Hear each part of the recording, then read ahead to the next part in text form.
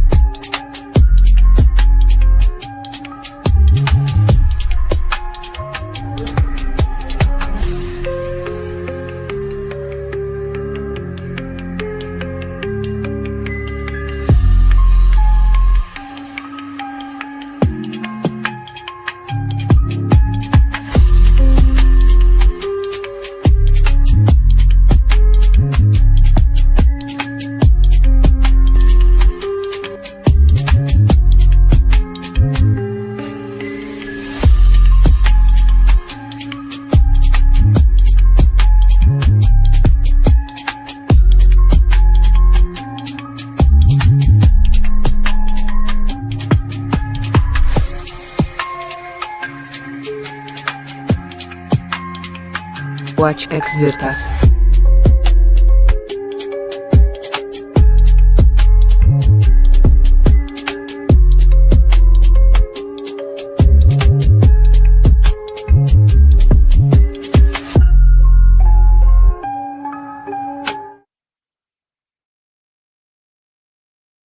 Every time. What up? What up? It's Andreas and Raphael. Neuropa. How's it going? What do you want to say? You have to mute yourself. Oh, I have to mute my. This is. Yeah, this is hilarious, and this is how you know we're actually sitting about 1 meter in front of each other. So that's pretty cool since we're still chilling here in Montenegro. As I said before, weather is nice, food is nice, and today we're just gonna do a short update show on some of the links I collected. Not necessarily as topically concentrated, dare I say, as usual, but I'm sure we're gonna have some fun. So welcome everyone. First, I want to show like ChatGPT tried to make a thumbnail for us this time, and I decided not to use it. That's all I can say. But I was like, make a Mr. Beast style thumbnail. I regret it instantly. Okay, I feel bad. Thank you. Looks kind of demonic, yeah, but that's what happens with certain ones of these AI filters, indeed. Super cursed. Okay, so yeah, everybody check out commency.at. We got the critical mass. This is this episode for September 6th, 2025, which is a moment in the space-time continuum. And I guess we'll start with some cover-up, psyop stuff going on, like Epstein's brother, right? That seems like a good place to begin. You want to do that? Let me open a couple of these. All right. What's this all about? So this is actually, if you scroll down a little bit, I think this is even from Grenzgänger Studios by a German, I believe, Iranian journalist. And apparently there was an interview with Jeffrey Epstein's brother, which from what I remember right now was funny and interesting to watch. However, I have to say at the same time, since today the show is somewhat aptly called Critical Mass, we'll be talking about everyone's favorite nuclear blasts.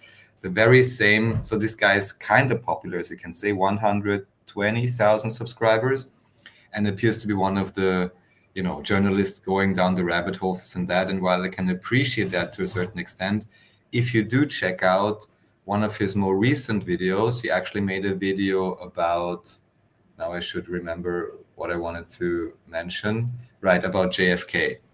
And going down all these different routes, and actually with Epstein, it may be a similar story. There are so many stories you hear, and we really have to ask ourselves the question, is there anything really ever publicized on mainstream channels or supposed alternative mainstream channels that is not in some way, shape, or form a diversion, a deflection, or trying to lead you down the wrong path? For example, the same guy did a video about JFK and all the known things. I know I brought up Dark Journalist before, who loves talking about this as well. However, what they never ever bring up, and we will get around to doing proper analyses of these papers, is bring up Miles Mathis, who has done, I think, some of the most amazing work covering all different kinds of so-called conspiracies and offering a third or fourth perspective that does not go along with any of the common tropes. Because even though we may say, oh, it's such a contentious topic and so on, it's great for debate and it's great for people to go crazy about, but do they ever ask the questions, to what extent was this actually a staged thing? Just as we had with the so-called Trump assassination attempt, where I'm sure you guys know my perspective on this by now. How likely is it that all of these things happen? There is no drones, there is no Secret Service, and then everyone can be angry at the women there. Or with JFK, something I only looked into recently, where actually no one's asking the question, why is the body that's being presented made of a wax figure? And then you can speculate, oh, is it the chase? Is it the mafia? Is it the this? Is it the that? And I'm sure there's all kinds of connections and conflicts there and in-depth analysis to be done. However, if the main event itself is just a staged thing as a changing of the guards, Miles Mathis proposes that this was simply the newest changing of the guards, or one of the more recent ones, where certain individuals were stepping back in order to give room for others, maybe even because they were actually moving up the hierarchy in the back end. I cannot necessarily verify this. However, to the individuals I spoke to and somewhat trust, it would be quite likely that this was simply also a staged event. So just as an example here, this popular, somewhat popular German alternative mainstream is, of course, going through all these rabbit holes, but not even mentioning the idea or the question, could it be that the entirety of the event was staged? And now even 50, 60 years later, 70 years later, whatever we have now, people are still clamoring, oh, please, Trump, release the JFK files, it's all redacted. Please release the Epstein files, it's all redacted.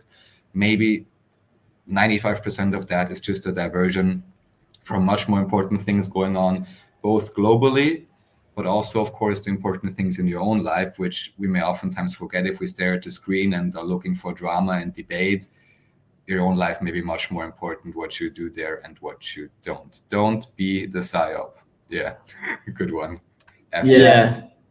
Good job, FChat. Yeah, everybody just to remember the FChat uncensored chat link is it's fchat.net/Xirtus, and you can check it out. There's some already interesting posts going on there. Yeah, we're gonna be doing both of those. So if you want to say anything you don't feel like you can say here, you know where you can say it. Pretty good. I wanted to bring up really quickly, where did I put this? Just that, everyone's been talking about this, is there's a dramatic shift in the way YouTube algorithms are working right now. And it started with Linus Tech Tips talking about how his channel's viewership's in decline. And one way to look at this is that people are just sick and tired of Linus. And if that were the case, then that would explain something. But for the most part, I don't know if that's true. I think a lot of people actually still like watching this dude make computers. He's like a polite Canadian dude, he's a little woke and all that, but I think that lends to his like non-political view for most of the content that he makes, which is therefore usually considered innocuous. And for the longest time, that was the only kind of content that YouTube would promote. But now there's a new deal that Israel has just made, a $45 million deal with the state of Israel with Google to produce Netanyahu's propaganda, or as they call it, I think it's like Hezbollah. Is that what they say? I feel like that's the word. Hezbollah, Israel, YouTube. Is that the word I'm looking for? Hezbollah. I think that's right. Yeah, Hezbollah, which is interesting because Hezbollah doesn't have an exact English translation, but it kind of in Hebrew means something to the extent of explaining, right? To explain something. So the same way that propaganda is Italian or New Latin for information, Hezbollah is propaganda for explaining things. So it's interesting how the algorithm is shifting right now. So we just wanted to say we support the state of Israel. Good. All right. Great. Very good. And within that vein, kindly bring up the private chat I just sent. I know I brought this up before, but certain things, you have to repeat it so people remember it and become aware of it. I once even heard in marketing you're supposedly required to repeat something 15 or 17 times so the message really gets across. This is something pretty interesting, which is called Gaza Wood, where basically you have, you all know all these various footage being shown from there. And here what you simply have is basically the camera behind the camera, where you can then clearly see, again, just as I mentioned, with potentially JFK and Trump, big surprise staged event. And also what we have to consider, because recently there's been all kinds of issues with so-called immigrants in Europe, let's say, and all kinds of things being publicized. However, what we have to understand and think about is whether those may also be staged to a certain extent, only because somebody claims to be, for example, a Muslim refugee from Syria, doesn't necessarily mean that he actually is exactly that. And then we also have to ask the question, why are these things being allowed to happen? And then if they're allowed, why are they being publicized? Because I'm pretty sure all kinds of violence and issues have been going on before that. It may be more now or it may not be more. But the big shift now is that it's being very wildly publicized. So we should take note. And as always, make sure that we don't conflate individual actors who may or may not be agents with supposed groups, whether it's the so-called Jays, whether it's the so-called immigrants, whether it's the so-called whatever else you like. But make sure to judge on a case-by-case basis. And again, just be very wary and discern whether something could be a staged event simply being used as a political ploy and a political tool to move the momentum forward and let the pendulum swing in a certain direction.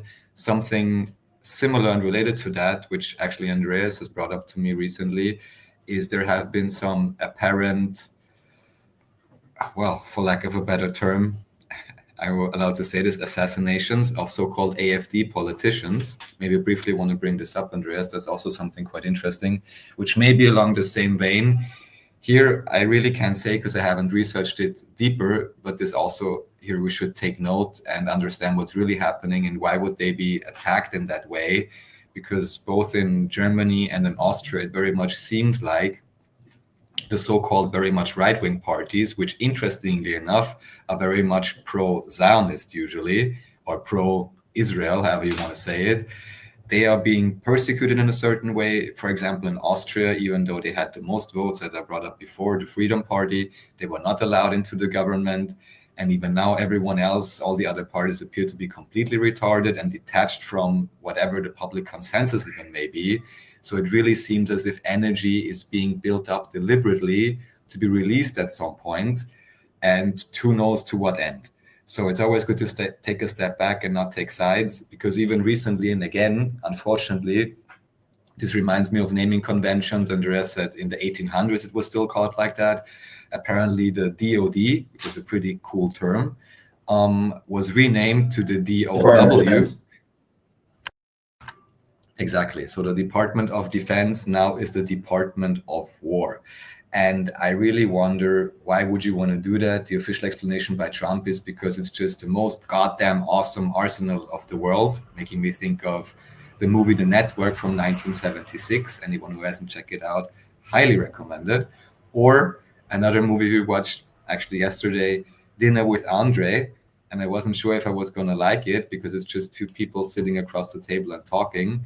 But it is quite amazing that these apparently New York Jews-inspired method actors sit across the table and have the most interesting conversation you will ever hear, almost like the primordial idea of a podcast, introducing all kinds of incredibly interesting ideas, including the idea that basically society is within a downfall, and certain school of thoughts believe that there is nothing to be done, while others believe that actually certain centers will form. And I'm sure you heard this from various teachers, New Age, whatever it is, healing centers, wellness centers, modern monasteries. We recently interviewed Michelle Bowens, who I know is also quite interested in that idea. How do you preserve and further civilization in a world where it appears that public morality and ethics and anything else is going down the hill? Is there a way to still keep moving forward? And I guess even only for practical terms, we should better believe there is. And as much as possible, stay away from unnecessary drama, conflict, and faked up stage debates, and really focus on our own lives and focus on the communal scale, the positive things that each and every one of you, the viewers also, can contribute to. I think that is the way forward, because that is ultimately really the thing that you can have some semblance of control over. And if we are to believe either from the spiritual side or even from a practical psychological systems theory side, every drop in the bucket does make a difference and does make waves. And of course, it very much depends how you use that energy and what kind of drop, what kind of wave you yourself create. And that, of course, collectively then shapes our reality. So as always, it is not up to us. It is up to you. It is up to me. It is up to each and every one individually, I would say. Oh, here we're a nice cat. Oh, cats are always great. One of the great things here in Montenegro is that you have so many, or quite a few street dogs, and even quite a lot more street cats, or they seem somewhat maybe related to certain areas. As we know, cats can be quite territorial, and sometimes at night you can hear them screaming and fighting. But usually, some are quite shy, but quite a few others, they are quite nice and cozy, and they come up to you whether you give them food or not. They're nice with you, which is cool if you like cats, or like me, you have cats as pets, and then you're traveling somewhere, and you can still be nice to a cat if it comes across your presence. And also, of course, cats are amazing because they're very much non-conformist, but still somehow are completely accepted by society. So that's definitely a role model, at least for me as well. I like Nassim Agdam holding the rabbit, and that's pretty cute. Also, Greg sent us a super chat already in F chat. I wanted to thank you, Greg. And Greg asked a question I think we're going to have to focus on soon, which is, did Joseph Smith's family descend from the Iona? My Finnish friend is coming over, and apparently we're going to Harris, the Christian giant and thinnest, oldest places to exist, is meant to be Iona and Susquehanna Habe. You came across Michael Want. So yeah, I think we're going to do something soon talking a little bit about the Iona. I think that's a pretty interesting subject. So thank you for bringing that up. That's something to definitely to do like a bigger show on. So I wanted to make sure everyone knows it's just a conspiracy theory, all this stuff about the AFD. Let's look at what Snopes has to say, right? Because we like to we're mainstream and we just do what we're told. We're good people that don't think for ourselves. And Snopes tells us what's true and false, right? And so Snopes says that this is, oh, never mind. Yeah, sorry. Snopes says it's true that 7 candidates from the far-right AFD party died in the weeks leading up to local German elections. So I don't really know what to do about that. Sorry, guys. But it's interesting because when you look into the AFD murders, assassinations, whatever you want to call it, the accidental tragic deaths of these people, it's 7 in the last couple of weeks, but it's actually something like 17 that have happened in the last 6 weeks, last like 2 months or so. The list just gets crazier and crazier. Now, granted, some of these dudes are in their 70s, and I think Hans Kind was 80. So, like, you know, hey, maybe just a bunch of old Germans are just dying all the time. But, you know, our friend Martin, who we'll show you, because we just made a video with Martin, his dad's 93 and does push-ups every day. You know, Germans are built a little different. I'm just saying, I know that there are some Westies out there that eat a lot of cake and they're not necessarily as healthy as everybody else, but the idea that just all of these party officials are dying all the time is it's a little suspicious, right? So there's been some talk about that, and one of the things that kind of worries people is the, like Raph was just saying, the association with Israel, because Germany has what's often called, where's it on my screen, an obsession with defending Israel, right? I mean, this is something that goes back historically to the Havara Agreement, where was where the Reich actually helped design and facilitate the creation of Israel with the help of the Rothschild family in Britain. The British Zionists and the German Zionists worked with the German Nazis in order to bring, wow, they've made this into a concentration camp Holocaust thing. But anyway, Havara Agreement, literally transfer agreement, was agreed between the Nazis, Germans, and the Zionist organizations, signed in 1933. The agreement was finalized after 3 months of talk with the Zionist Federation of Germany and the Anglo-Palestine Bank under the directive of the Jewish Agency, again connected to Mayor Rothschild, and the economic authority of the German Nazi government. It was a major factor making possible the migration of originally 60,000 German Jews to Palestine between 33 and 39.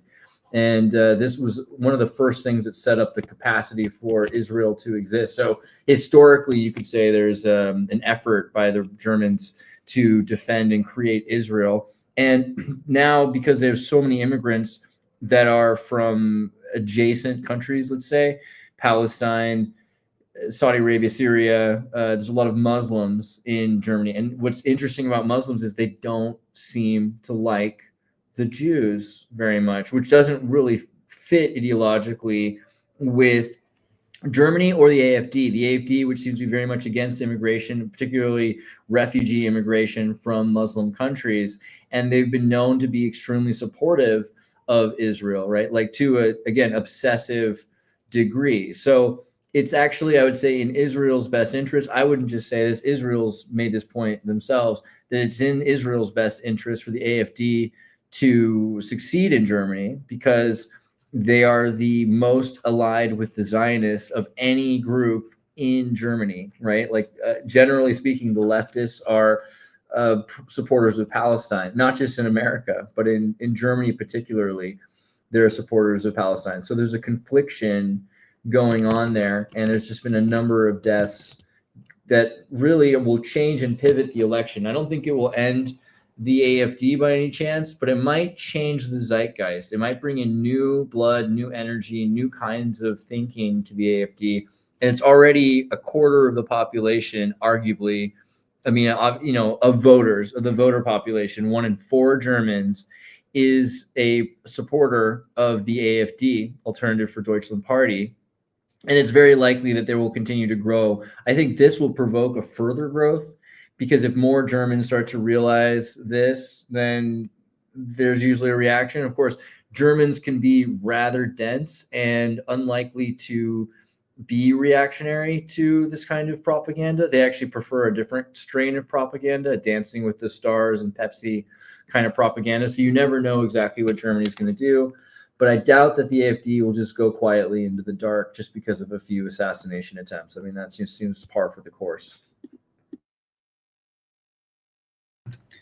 Thank you for explaining that. I also have something interesting here to share. Right, here we go. So what some of you may or may not know, I had heard about this a few years back and I was quite surprised. Maybe I shouldn't be. But there is a very big tabloid in Germany, the most popular tabloid, literally, which is called Bild, which simply means picture, similar to Austria, where you have also one very much dominating tabloid called Krone, which means crown. We brought this up before on the Austrian comedian show Die Vierda. There's a whole episode about the post-war media landscape, and the joke is that it's simply run by 4 individuals, which even to this day, or their successors, basically run the media landscape in Austria. However, you have Bild. Bild is part of the publisher Axel Springer, which is very big and popular and has all kinds of branches in Germany. And what's interesting is they have a so-called house constitution, and they have quite a few guidelines there, which are not just mission statements, but contractual obligations for editorial staff. And these principles include, in a summarized fashion, support of the transatlantic alliance between Germany and the USA.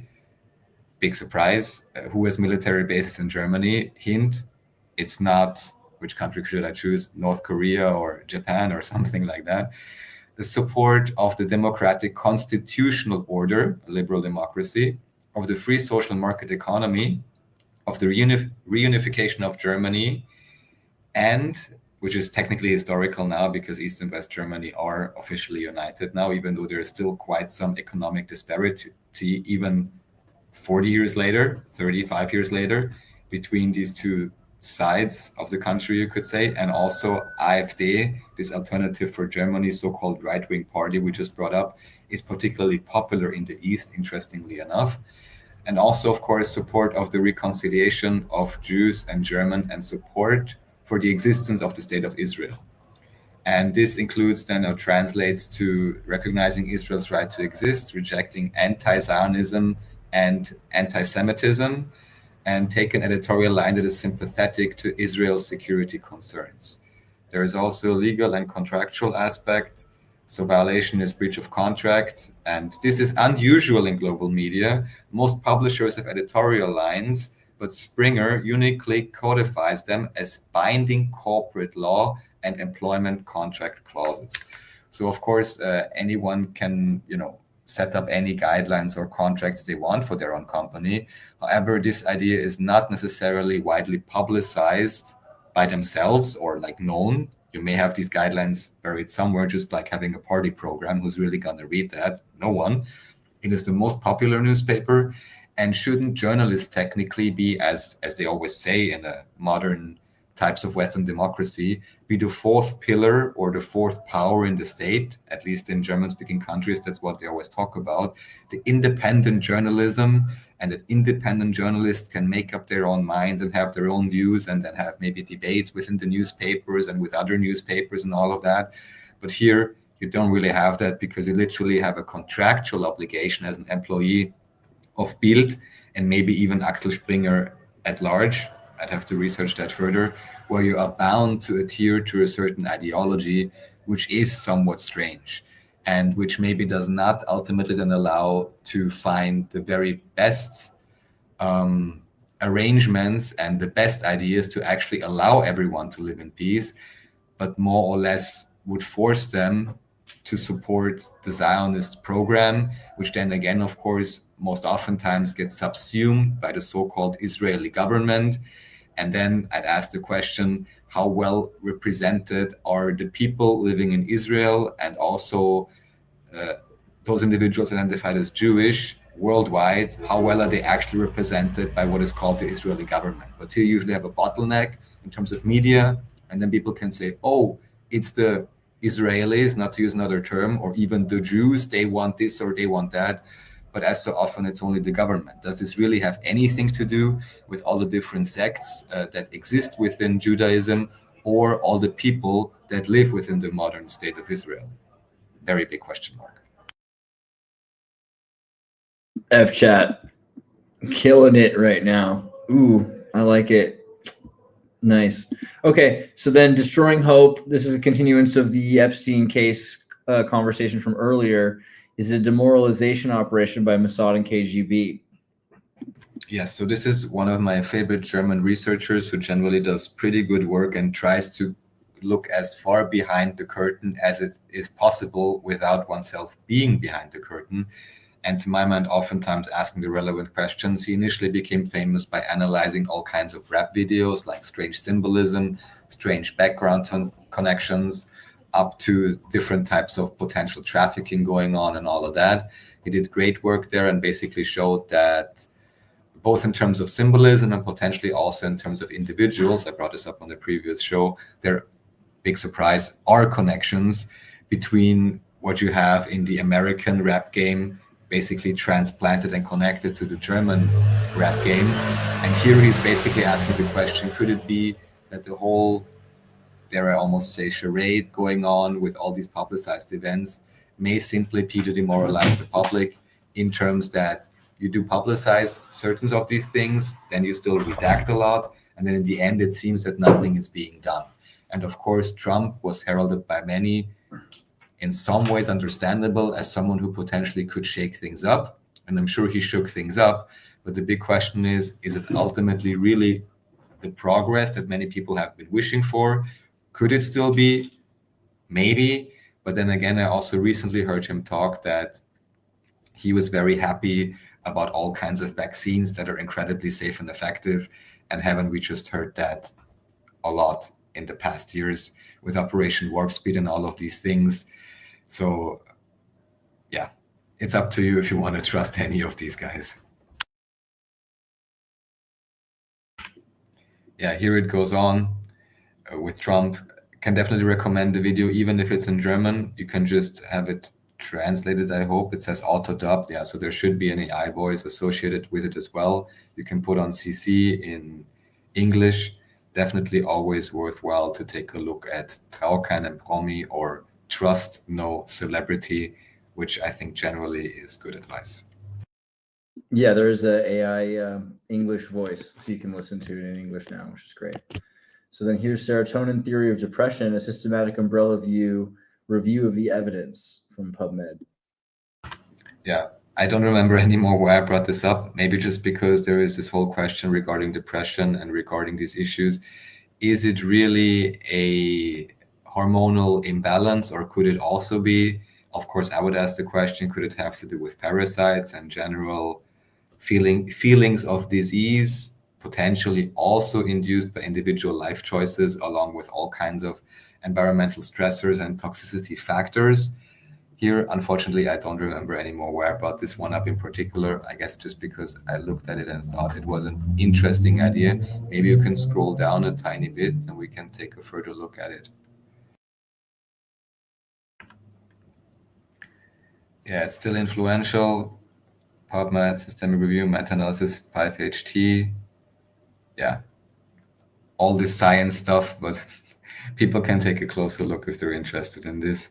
I certainly also recommend looking at the work of, I believe his name is John Marciniak. I'll just look at that in a second. Actually, it's on Nachiketa's channel because he did a great interview with him. I'll look up on his channel and then I'll share the link with all of you guys because I know he recently, yes, Sherry and Nachiketa. So this is very interesting because this is an interview with Nachiketa and the individual I want to refer to. I'm sending it to Andreas in private chat right now because this individual does had all kinds of clients basically. And how it appeared here is that individuals suffering from, in this case, schizophrenia in particular, may actually be hearing some sort of voices. And I may have brought this up before, but one of the most interesting ideas for me here was that they say that especially individuals dependent on certain substances, I think usually amphetamines, they even hear voices, and it goes so far as that the voice will tell them, well, go here and there, here you can have more amphetamine, and actually then there's some kind of dealer or whatever, and they can proceed on that path. However, these voices also oftentimes do not want you to smoke weed, which I find very interesting.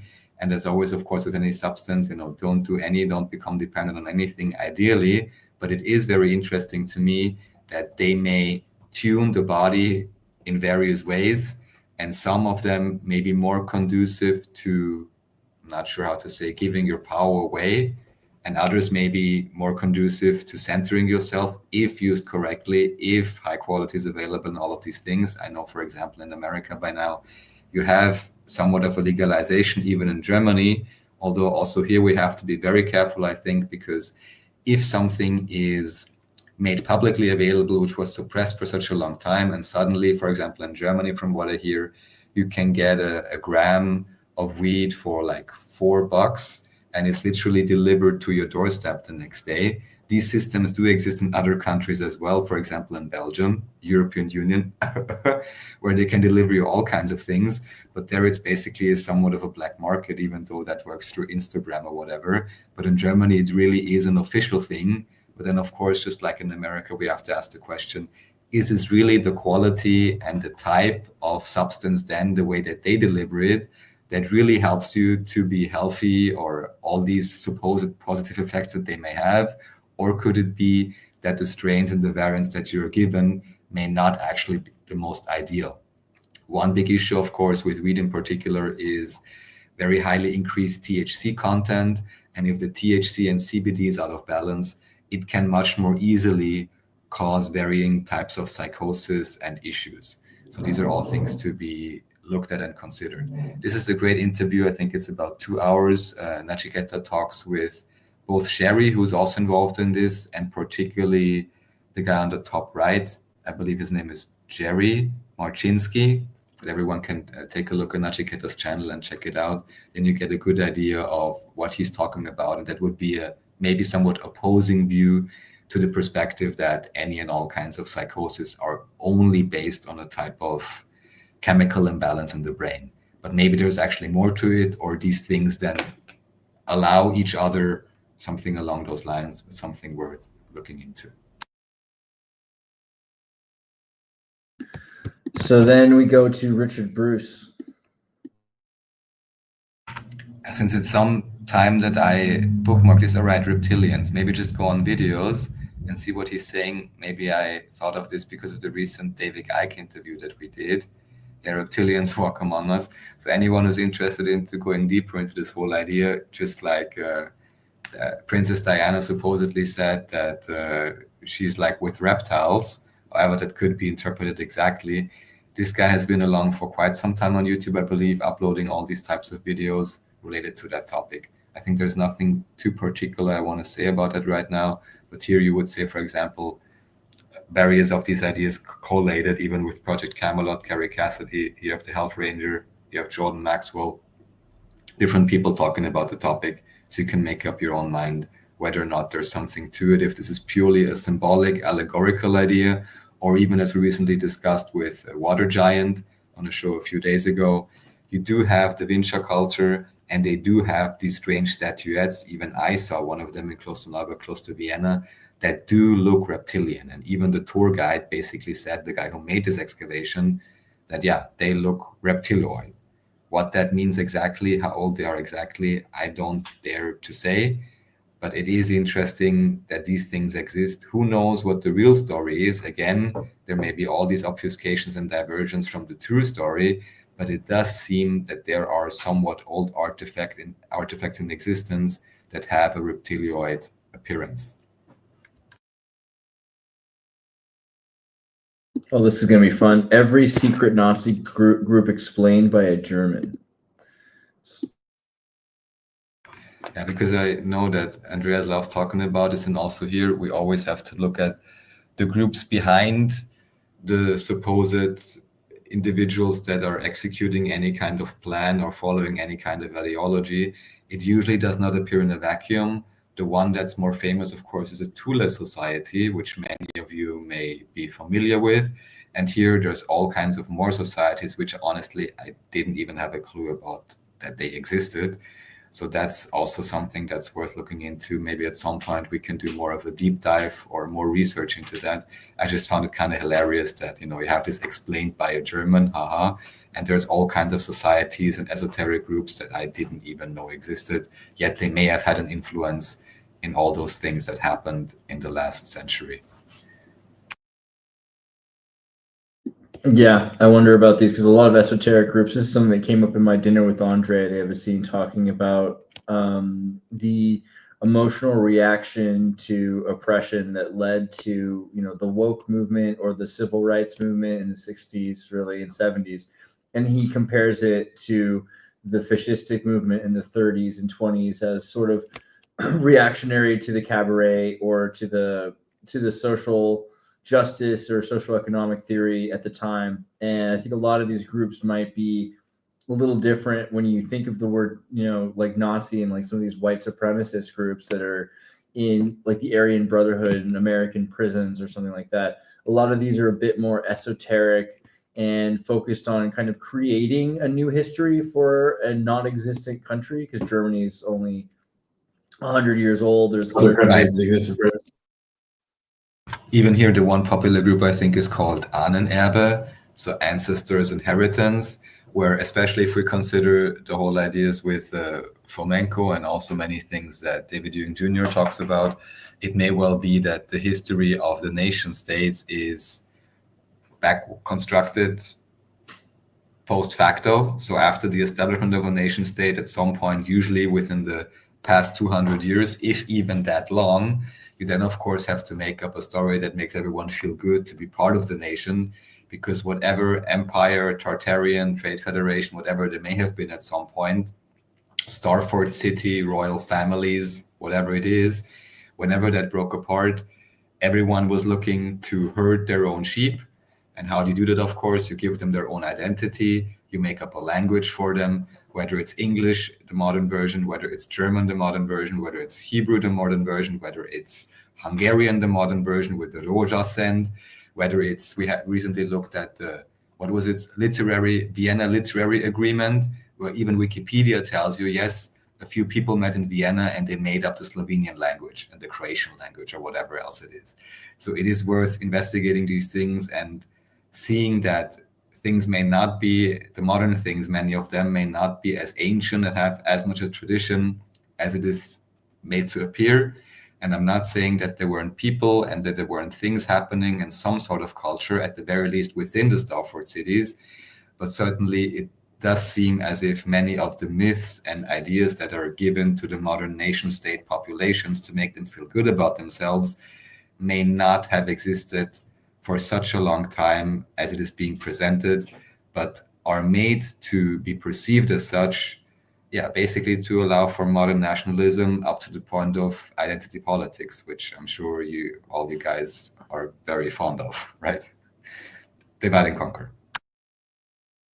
I think it's pretty interesting when you look at the folk movement, because you see the Germans as, let's see, the folk movement in Germany was a pan-German ethno-nationalist movement, but there's two schools of thought. One was that Germans were an extension of the Holy Roman Empire, and the other was that they were barbarians who rejected the Holy Roman Empire. And so one is this continuance of European civility, and the other is a rejection of the created, like the French and Hellenic created European civility, which is what they teach you in school in America, right? That we all descend from Greek mythology.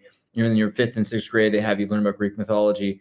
The Germans in the folk movement were saying, well, really, that's not real, and what is real? So they start to try to reclaim, in the same way English people sort of reinvented Druidism. The Germans start saying, well, we were beekeepers, like we lived in the woods, we were the folk. Yeah. And big red flag here, because the Druids also appear in the writings of Julius Caesar. And anyone who doesn't know my spiel yet about Julius Caesar, check out Joseph Justus Scaliger, who is responsible for the modern timeline, and his own father literally was called Julius Caesar, I think, like basically exactly the same name. If you can believe that, go ahead. I have a hard time believing that. And so it may similarly be with this whole Druidism idea, that this was also somehow backdated, recently invented, whatever. All I'm thinking of right now is that there is this one image, I think, with the Queen of England when she was quite young, where she's being anointed by some Druidic circles. So that may equally be a story and a lore that is somehow invented. Again, does not mean there is not nature shamans, that there is not natural medicine and all of that. But again, it may be some type of obfuscation or diversion of what was really there. Right. So, like, for instance, here, the German faith movement, a huge group of Germans that did not associate themselves with the Indo-Aryan ideology or the mythology that the Germans were somehow descended from North India, but they believed that they were indigenous people, like the Neander's Valley of evolution of man, and that they were associated with ancient paganism, but they didn't equate ancient paganism with Indo-Aryanism or like the Sanatana Dharma. They didn't look at Odin and Shiva, for instance, and a certain amount of racial mysticism. I think it's interesting mainly because a lot of people associate the Germans with the Reich, but there were so many other groups, in the same way that, some people win out in a war or win out in an election. There were always other groups, like when the Democrats and the Republicans are fighting, we forget about Ralph Nader and the Green Party, right? Like everyone remembers Gore and Bush, but they don't remember Ralph Nader.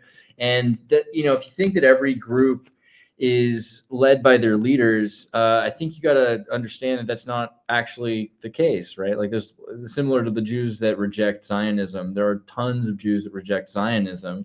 And it wouldn't be fair, I think, to just pretend that all Germans are the same or all Israelis are the same or all Americans are the same. Would you like that? Would you like that if everyone thought all Americans supported Kamala Harris or Trump? Or, would you? I'm just asking. Okay, so then here's the hyperallergenic. Yeah, and just one more word about the whole party system, which is, as you may find on a roulette table, which colors do you have? Well, usually, if you want to have some chance, you bet on black or on red. And it's not exactly the same in America because you have the red party and the blue party. However, in Austria, it fits perfectly because the red party is the Socialist Party, and now called Social Democratic Party, of course. They renamed themselves. And the black party is the so-called People's Party, which was a traditional conservative, at least more right-wing than the red party, right? These are the two main colors that you have. And then which party color and ideology recently sprung up? It's the Green Party, which is a 0-0 on the roulette board. So ask yourself the question why this seems to be very much related to each other. And you have a confluence and overlap between these ideas. I find that highly curious. Oh, you have even the 26 next to the 0. That's nice. And a 32.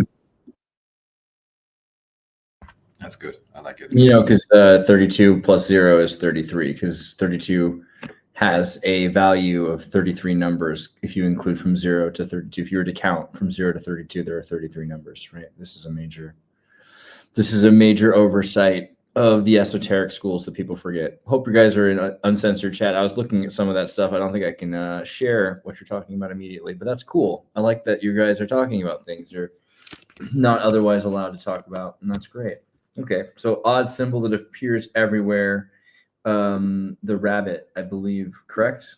Referring back to Nassim Aghdad and the rabbit, right? Watership Down. Yeah, so it is interesting that this symbol appears to be quite ancient. Of course, also here there's open questions. What it exactly represents may have to do with fertility, may have to do with some sort of ancient cults. I mainly wanted to include this here because this is literally the logo of the Team Rabbit Hole podcast, which I'm doing with my co-host Jim Kincaid, of which quite a few episodes by now are also available on the Xirtus channel. Quite a few cool ones. And actually, I want to bring up one which maybe was the most recent one before our summer break, just because it was a really interesting conversation. Even though, of course, again, we have to filter out what is real and what is fake history, but I think the conversation itself was pretty amazing and very high energy and very interesting with Arabella. Maybe if you scroll down a bit, you can read one of the comments. I think it was a very nice comment and quite apt by, I believe, Exopolitics. If YouTube allows you to see the comments at all. What a joke. Other recommendations are more important. Yeah, here, the very first comment. Yeah, it's a simple fact of life that this, and now it's gone again, conversation is very high vibe. It goes along those lines. But yeah, it's both an interesting conversation with good energy and also with quite some interesting information. And again, of course, even if we talk about things that now we may consider like ancient Greece not to be exactly accurate, does not mean that the abstract ideas that are being delivered through that are not still relevant to discuss and to contemplate. Yeah, and recommending everyone to shut down unnecessary social media tabs while they're watching it. That's a good idea, always. Melissa says, I support Israel. Great. I support Israel. Raf supports Israel. We're all supportive. We're very supportive. Yep. Like, hooray. Thank you, advertisement money. Thank you. Okay. So then the gccatholic.org. This is something I randomly came across, which I found incredibly interesting. Anybody who, like me, is a big fan of the modern Catholic Church, on this website, what you can do and what you can find is a very organized layout of what they're actually up to. Because who would know if you're not, I don't know, friends with the Secretary of the Vatican or the friends with your local high-level bishop, what actually happens, and maybe they don't even have the overview of that. But here you can see, if we can scroll down a bit, there is not only news, but there's also listed audiences with the Pope and, necrology, meaning which of those individuals recently deceased. As I mentioned, the papal audiences, and I think you even have something like a list for promotions or something similar, something along those lines. So that's, I guess, pretty cool if someone wants to keep up with that and maybe check out some of these individuals and see what they're actually up to and who actually is allowed to have an audience with the Pope, during what timing. Maybe there is some interesting either mysticism buried there and or maybe politics.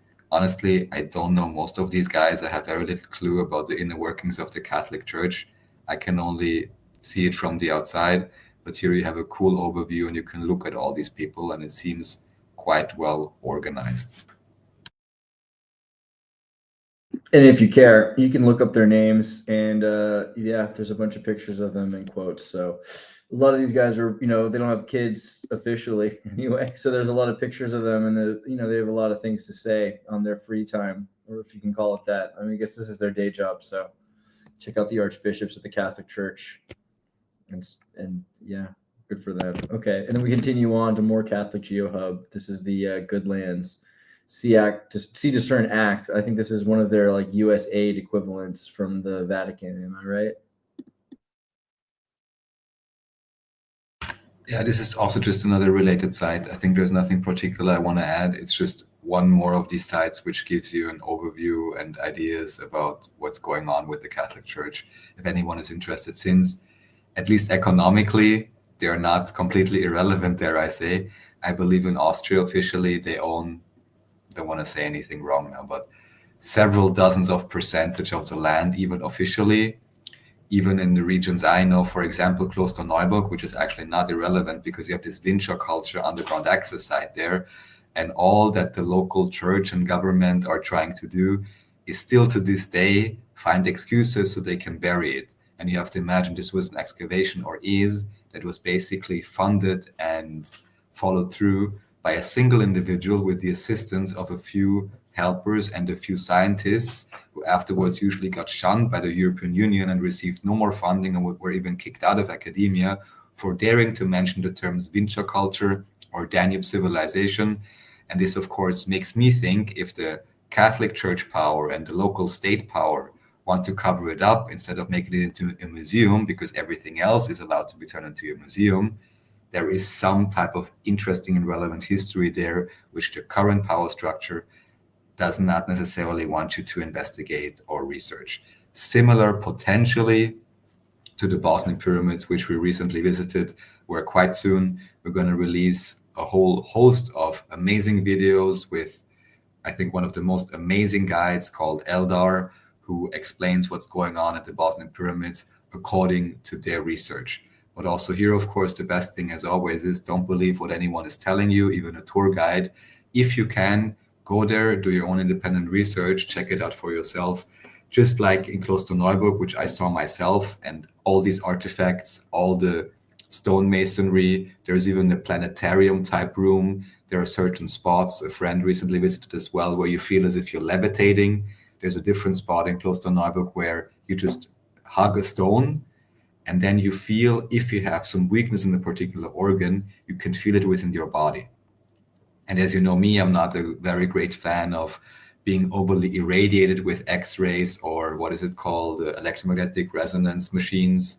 What are they called again? CT scans and all of that, which are so popular. And it seems to me that if you have any issue, especially if you're older, they want to send you there every month, which honestly I cannot exactly believe is healthy. And I know these machines cost millions upon millions. If you ever wondered where your social security payments go to for Europe, or your privatized insurance payments for America, these machines are incredibly expensive.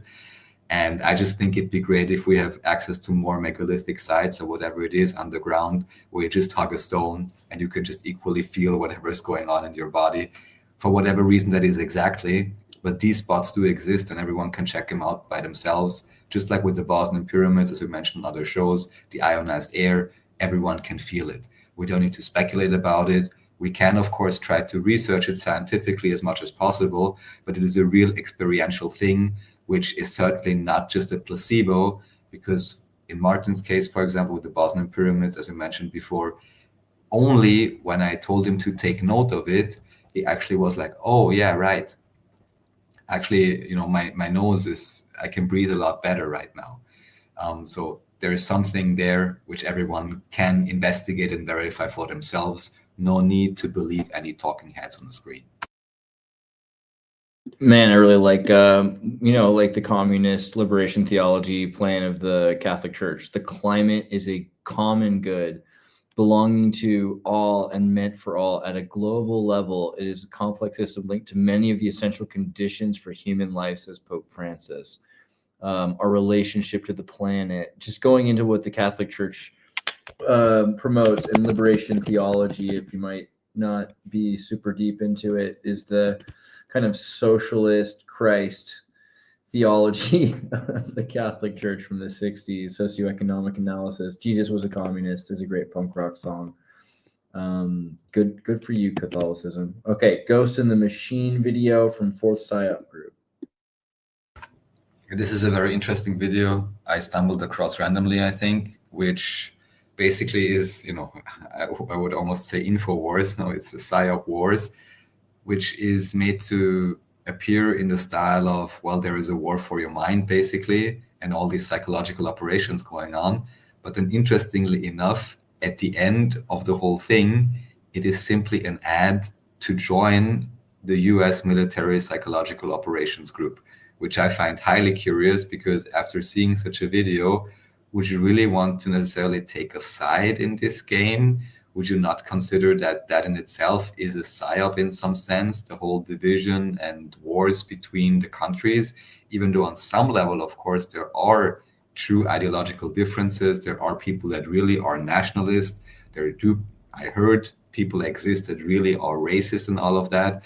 But isn't that just a layer of the whole thing? And isn't there a big club above it, and you and I ain't in it? Yeah, family feuds. I mean, if they pay it, well done. Cool. All right. Fourth Psychological Operations Group is the Fourth Psychological Operations Airborne. Pretty neat logos they have here.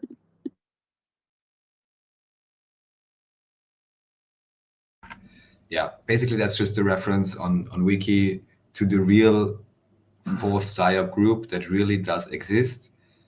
Worth checking out, and interesting that they literally have a group that is called Psychological Operations.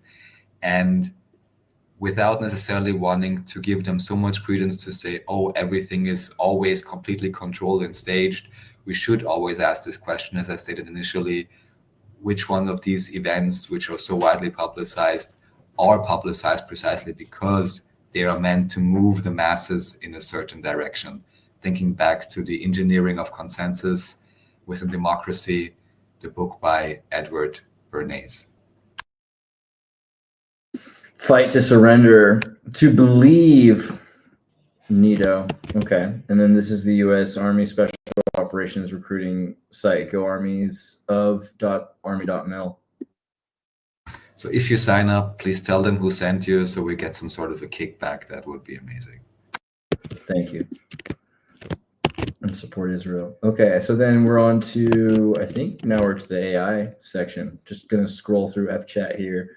The Xirtus PSYOP is live. That's true. We are not pre-recorded. Plato's Rave. That's cool. I like that. Yeah. Pretty good. Pretty good stuff, guys. We appreciate it. Guys and gals and everything in between. Okay, so now we're on to the AI section. We're going to start with, we asked Game of Thrones locals about Arya Stark. Stark. Yes. So these are just a few fun AI-generated videos. Everyone who wants to get up to speed with what is currently possible with the publicly, important to note, publicly available AI video tools. These are pretty good examples of what you can do today. I would say it is quite amazing and quite interesting and quite realistic, both the visuals and also the audio.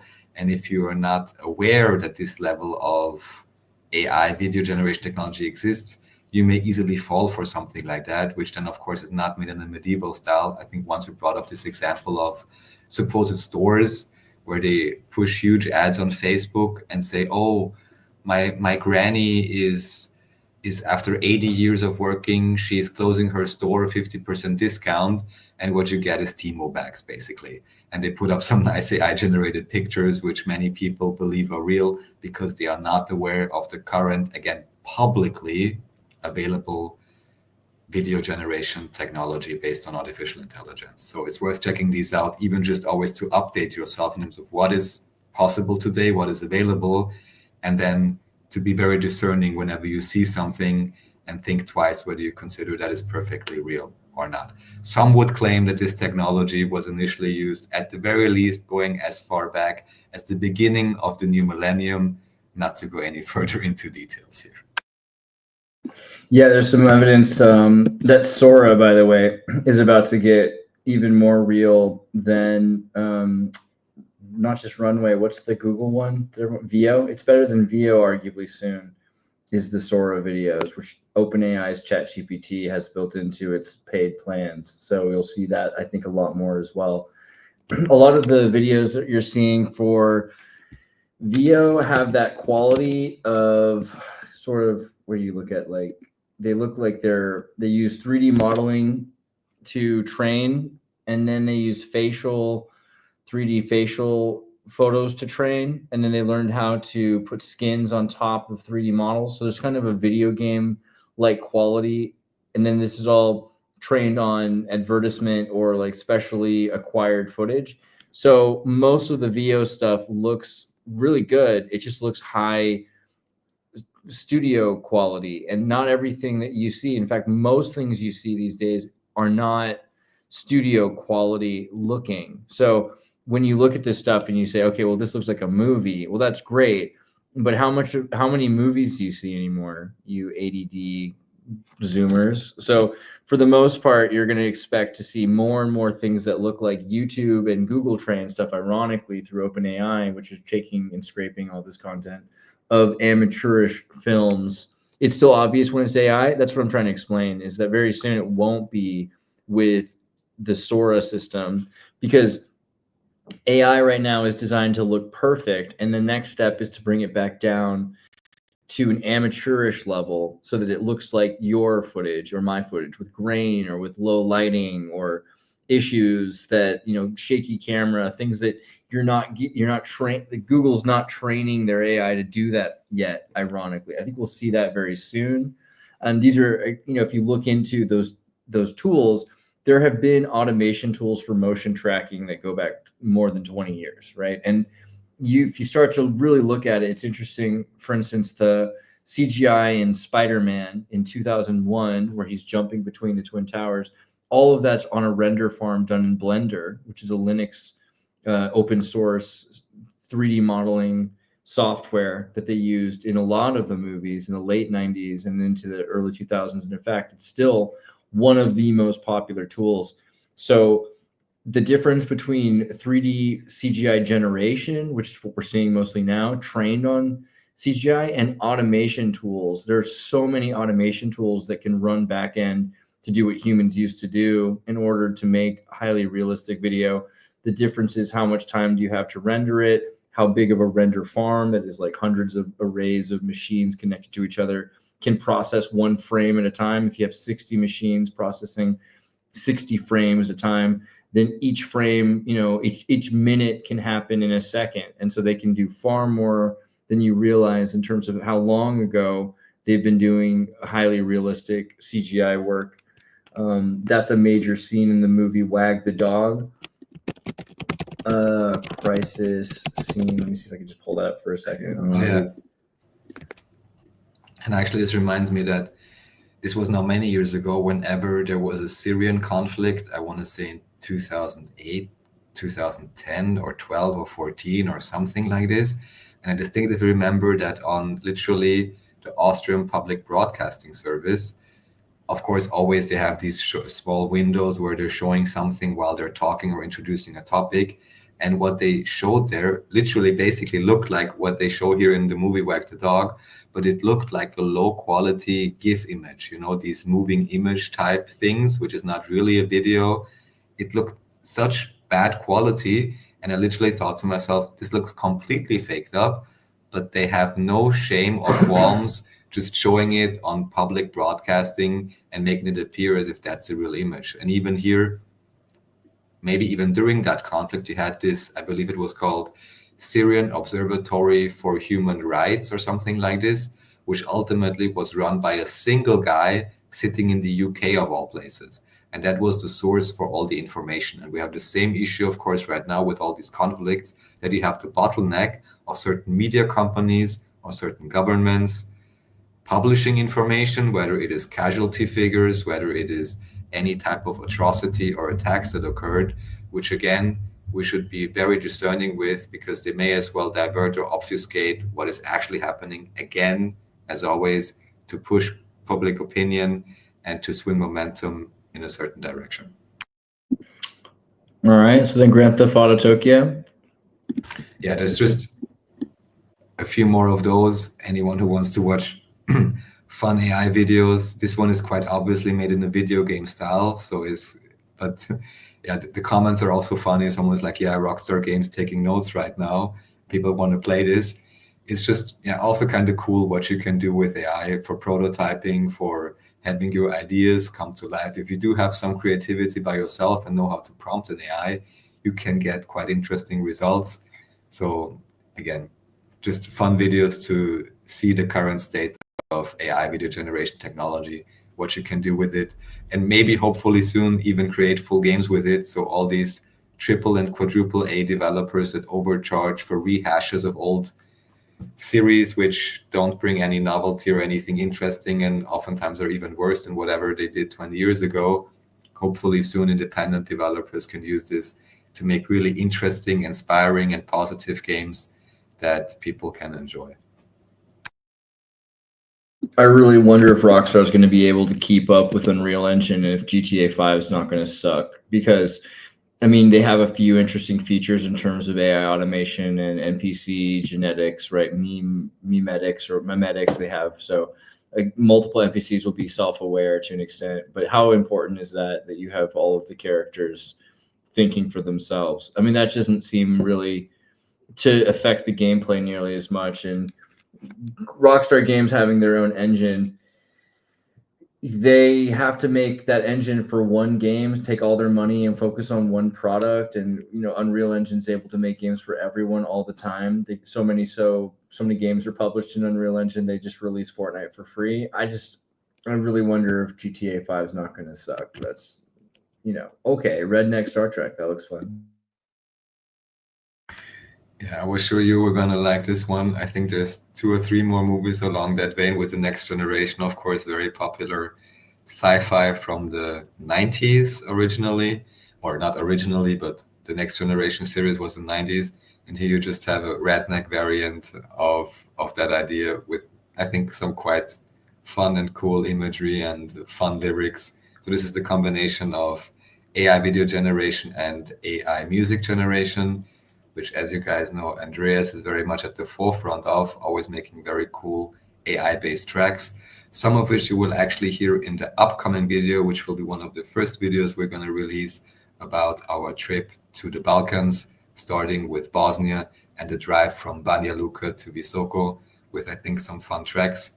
And hopefully, in this case by me, well enough edited together footage that it will be entertaining to watch our crazy journey, how we arrived finally at the Bosnian pyramids, and all the time in between when we didn't arrive and were pretty close to some pretty dangerous things, some may argue. Man, they made those boobs really believable. I gotta say, that's probably the most authentic part. I mean, it's amazing what like thousands of hours of pornography can do for an AI LLM model. Okay, Star Trek: The Soviet Generation, also kind of in the same vein here. I mean, I don't really see a difference. I'm going to be honest. This is just the same show again that we watched growing up. That is literally just Star Trek. Thank you very much, space fascism.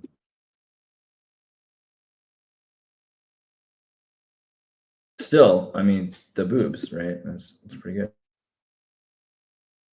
Okay, now we're at Wikipedia's article on Ghost in the Shell. A great manga and anime and an okay movie, right? You're right. I think there is also a more recent show about this, or more recent movies. There were some original series, both with Ghost in the Shell and also the next one we're going to bring up, which is Neon Genesis Evangelion. Anyone who hasn't seen it yet, these are some of the really cool animation movies, along with almost anything that Ghibli Studio made, for example, Princess Mononoke, that are worth checking out, even if previously maybe you did not enjoy Japanese animation.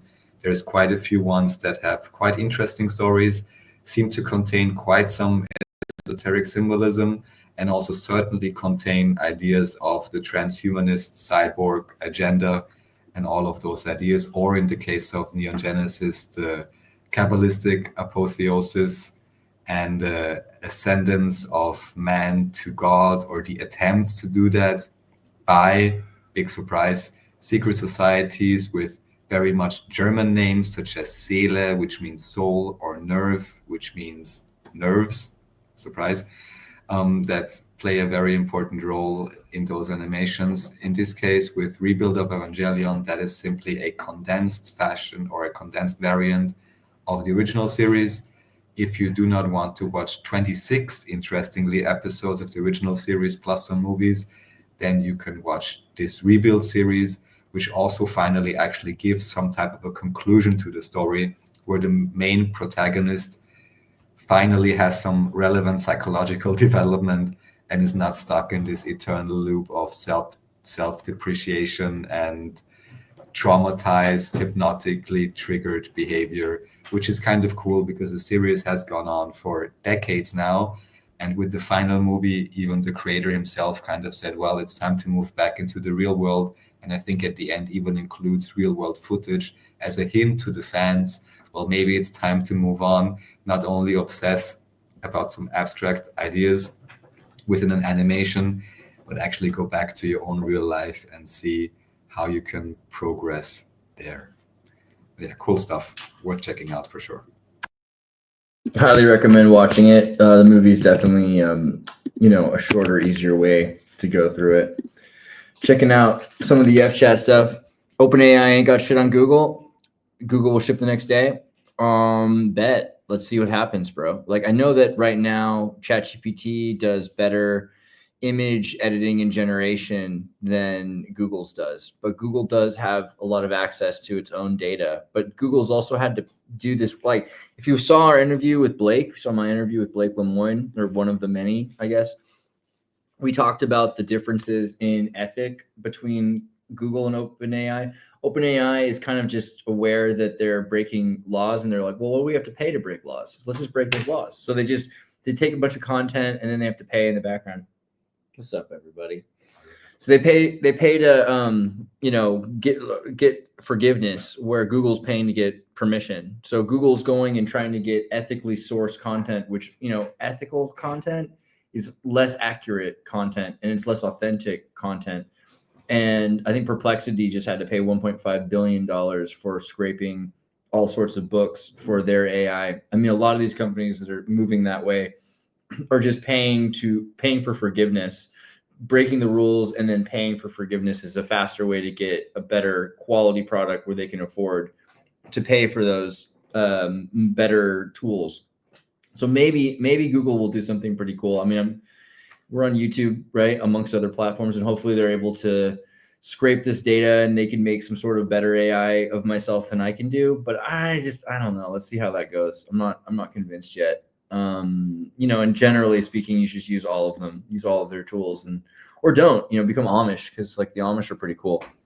That's something I could bring up in a second. Prompting engine. I love some of these memes. I love the memes that you guys are doing. This is great. X Church.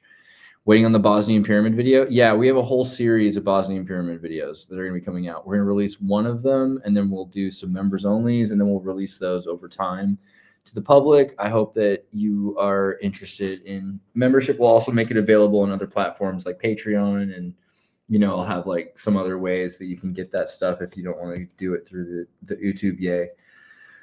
Let me just also say Amish male. All right, this is the one Theo Von video I've ever been able to finish. I couldn't even finish his Trump interview, but let's not talk about bad things. Let's talk about nice things. So Theo Von, I guess at one of his comedy shows, he's the weird, like, what is he, like a Czech or Hungarian noble or something like that? Theo Von, he's like, he pretends to be a redneck with like a mullet, but he's actually like, high-ranking Freemason with like elite ties, and his family's aristocracy, just like you'd expect. Nothing wrong with that. And he found this kid on the show, and he said, "Whoa, I'm Amish," and he gave him a hat, and he's like, "Hey, can I interview you?" And he's like, "Sure." So they interview this kid for 90 minutes about what it's like to be Amish in 2025. And spoiler alert, they all have phones and they all use Snapchat and they all hang out at these ex-Mormon houses and do vaping. And but man, if he doesn't have a cool accent, and boy does he love the old 70s and 80s TV shows like Smokey and the Bandit and Dukes of Hazzard and things like that, which it's pretty exciting to me that I could watch Dukes of Hazzard with an Amish kid. You know, like there are just a few things in my life I haven't done, and you know that's one of them. I would love to hang out with. I have a little wicker ball that an Amish kid gave me once in Indiana in 2001, 2002, 2001, 2000, maybe even, I think it was.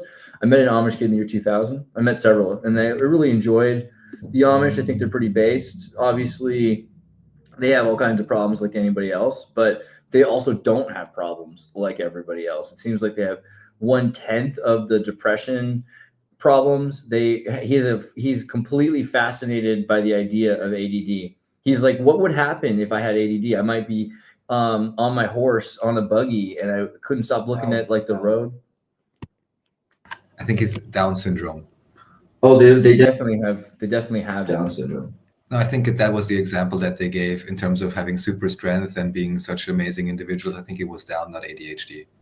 I think no, that's it's both. You're talking about all of them. Both. Okay. Yeah.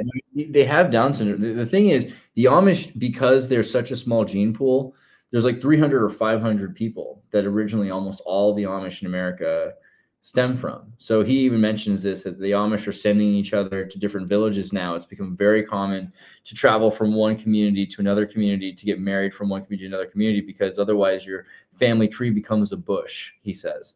And so they are in the process of that. His bishop apparently just quit, which is unheard of in the Amish community. And they're waiting for a new bishop in his particular community. And he's on Rumspringa. So he can't even go back and join the church until there's a bishop to join the church of.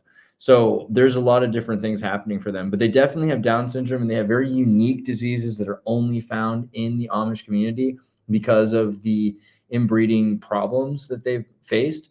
So there's also, I mean, clearly he's okay. And there's a lot of kids that are, but there's people with sound issue, like they're born deaf, or are weak, or apparently there are specific issues that only face the Amish because their gene pool is so isolated. However, they also don't have very much ADD. That was one of the first things he talks about, is how crazy ADD would be, because imagine if you're distracted while riding a buggy and you look at the road and you look at the grass and you can't even focus on one thing to the next, how scary or interesting that would be. Or to have like bouts of laughter or things like that. So yeah, I think it was an interesting episode. This is the only episode I'm not subscribed. It's the only episode I'd ever recommend. I don't know if he ever does anything else. Again, cool, I will bring it up because I like to talk nicely about people. I'll only bring up one sentence that ChatGPT throws at me here because I was curious. It says Amish have lower vaccination rates than the US average. Oh, extremely. Yeah, because they don't pay into Social Security or Medicare or Medicaid. So they do mostly take care of themselves. And if someone falls off a roof, then the community comes together to care for them and to heal each other and to take over, recoup work that's lost. I mean, they end up working together a lot, but they don't trust in modern medicine as much as possible, right? Yeah, what can I say about this? Xirtus is real, no acting. Well, trust me or don't, but I can confirm hanging out with him is pretty much exactly as what you see on stream. And that's also why so oftentimes we walk down, we walk to the next closest town, which is Budva, to hang out and have a coffee. And during these walks, usually we start, or he most oftentimes start talking about this or that. And I'm like, don't you want to record this, Andreas? And quite a few of those recordings, hopefully, eventually, you'll actually get to see some random rants, some, of course, related to the Balkans. There's quite a few rants on that, but also just the most recent one related to feminism. Is it on X already? Did you put it there? Yeah. So you can actually see one of those, which was just only recorded today. And yeah, that literally happens not because we make a great plan, but just because we start a random conversation. And I'm like, Andreas, anytime he starts like this, I'm like, I can imagine a frame around this. Let me take your phone, which has a really nice autofocus camera. I can recommend one of those, and makes pretty good pictures and pretty decent audio at least. And then you can enjoy these rants as well. I won't play it right now, but if you want, you can go to Andreas Xirtus on X and you can watch me describe 7 schools and 5 waves of feminism in 6 minutes, which I'm pretty proud of myself. I don't know what to tell you. Some people are really good at telling you about the history of Superman, or other people know a lot about cartoons and comic books. I can do both of those things and talk about feminism. Ha ha ha ha. All right. Wow, these are some wild Tempelos memes right here. I don't know if you guys will love. Shout out to Tempelos. You know, if you guys remember Terry, shout out to Terry. Rest in peace, Terry. Terry Davis was a guy who went completely insane and wrote all sorts of amazing things, like his own Emacs compiler, and created his own operating system in order to channel divine angels and talk to God. I think everyone should have Tempelos installed on a Raspberry Pi somewhere, just so they can get these weird. It's definitely an interesting divining tool, but he ended up going further and further down a rabbit hole of anti-Semitism and racism, and you know, becoming homeless, meth addicted, and you know, yeah, his life got pretty hard. But now he's dead, which is super sad. I mean, you know, I think a lot of people loved him even if he was neurodivergent, and so yeah, rip Terry, pretty cool guy. Definitely, you can't ideologically agree with everything he says, but you know, because you love Israel, right?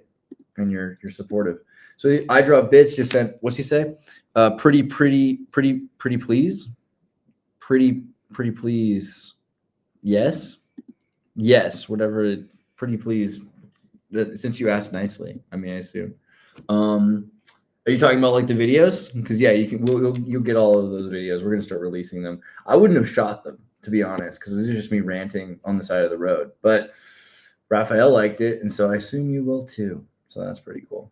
All right, so now we're nearly to the next section. We just got through AI and we're into critical mass. Is there one more? We did the rabbit thing. Okay, so critical mass, nuclear bombs don't exist. Is that the new, well, the re-upload video from Eric Bay? It is. It is cool. Indeed. We previously spoke about Windsor Galen and all these individuals. I'm sure I brought this up on several shows. The best take actually I like about this is, well, what about if these supposed nuclear doomsday weapons, I mean, where have you heard that before, weapons of mass destruction, actually are a war deterrent? And from this point of view, of course, they would be very positive. However, there's also many underlying issues that may exist with this, where even in many political discussions, you then hear, oh, we can't do this, we can't do that, or we can't think in a certain way or do a certain thing, because there is the threat. So I guess this is a double-edged sword. However, here, if you look at these videos, I mean, look at that. Do you want to tell me these are real trees, or you want to tell me these are miniatures? Please make up your own mind. But just as with much of the NASA footage, where now actually everyone recommended enter, or even just kindly give me feedback. If you go on YouTube, even on your own account, type in Xirtus, and then if you're on FChat, for example, you can make a screenshot of the first 2 results that you're getting. And at least on my account, the 4th result I'm getting, actually, interestingly enough, finally, is Xirtus McMoon tapes. And this is, of course, one of the real rabbit holes to go down in terms of how much of the footage is real or not about the moon. And here we have a similar issue with the supposed nuclear weapons footage. And of course, the trope and the meme goes, the cameraman always survives and has no radiation problems whatsoever. Not to say that there are not incredibly devastating weapons and an incredible lot of suffering that was inflicted upon all kinds of populations by all kinds of front-facing groups. However, we should still take a look at the scientific validity of these memes, which very oftentimes are simply held over our heads like the sword of Damocles, I believe it is called, when in actuality, again, they may be some obfuscation or diversion from other things that may be worth more focusing on. Exactly. Here's another video from Germany on a similar subject, the denuclear fall. Yeah, this is the nuclear trap in this case. And yeah, how supposedly Putin, or some call him Put-in, and some look at his face and think that he's changed a lot over the years. Everyone can make up their own mind as to why that is. This is just a video again by this German-French culture channel, usually these days very much anti-Russia, that I guess goes into whatever they're doing with their nuclear test sites and all of these things.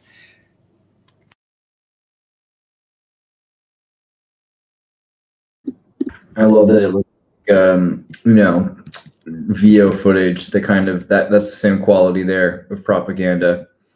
I like it a lot. Okay, low carbon electricity for today, tomorrow, and for future generations by Arabelle Solutions. Yeah, so this is apparently a company that is creating parts for nuclear power plants.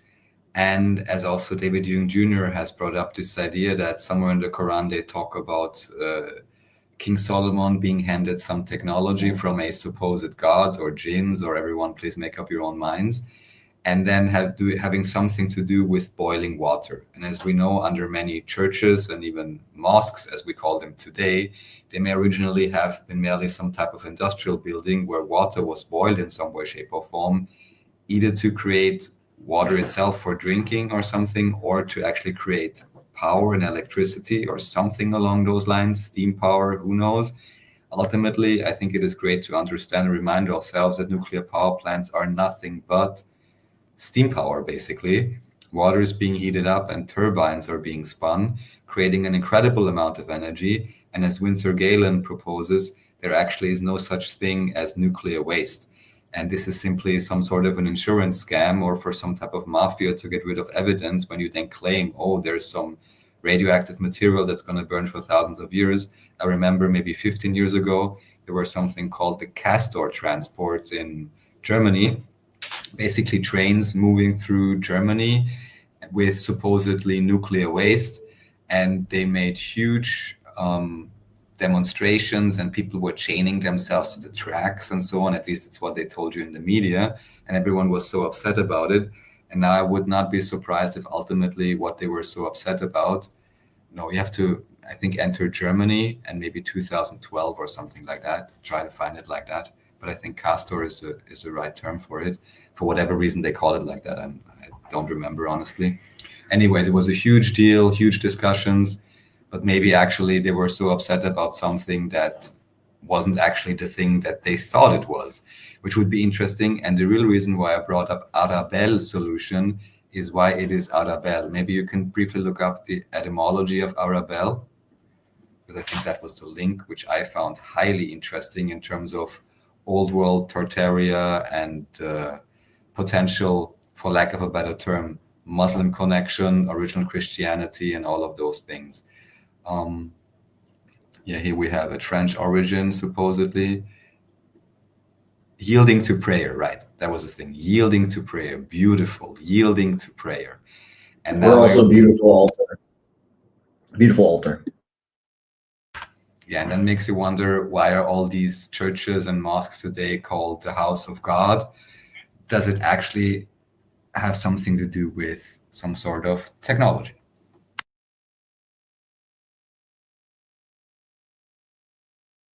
Okay, and now here we're at the SCMW reactor first trial run. Yeah, I randomly came across this video. Apparently someone who, I guess, is using plastics or something to have some type of an engine. If this short is correct and accurate, he claims that he got, I guess, 30 to 50K several years ago. And what is cool in any case, that he went through with this project and actually completed it and was able to create this reactor. I didn't research whether this is fuel efficient nor energy conversion efficient or anything like that. I just thought I'd add it because it was something that I had never heard about before. So I wanted to share it with you guys. You can check it out if you wish. Kind of in the similar boat, there was something interesting, which is a video from the Forgotten Forge, the Forge Empire channel. And this is the Forgotten Reactor, Jean Pen's natural power plant. I think this works from nitrogen-rich manure that they soak, and it has a chemical reaction in the process that makes heat.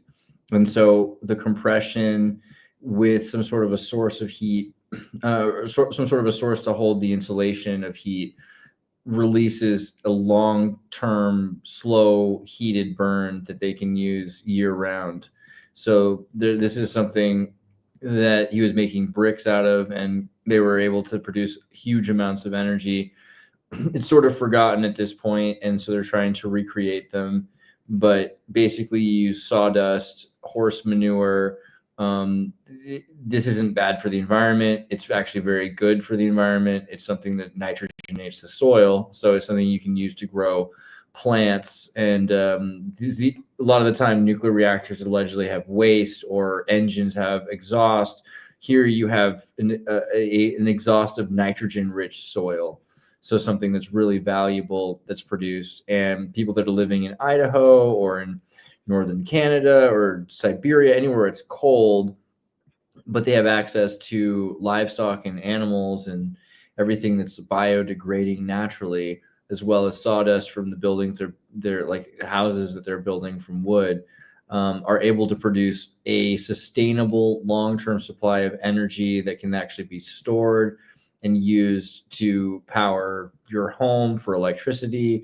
It's a pretty interesting design, and they teach you exactly how to use it. So I just recommend checking out the Forgotten Reactor, Jean Paul's natural power plant, which again is also a garden. It's pretty cool.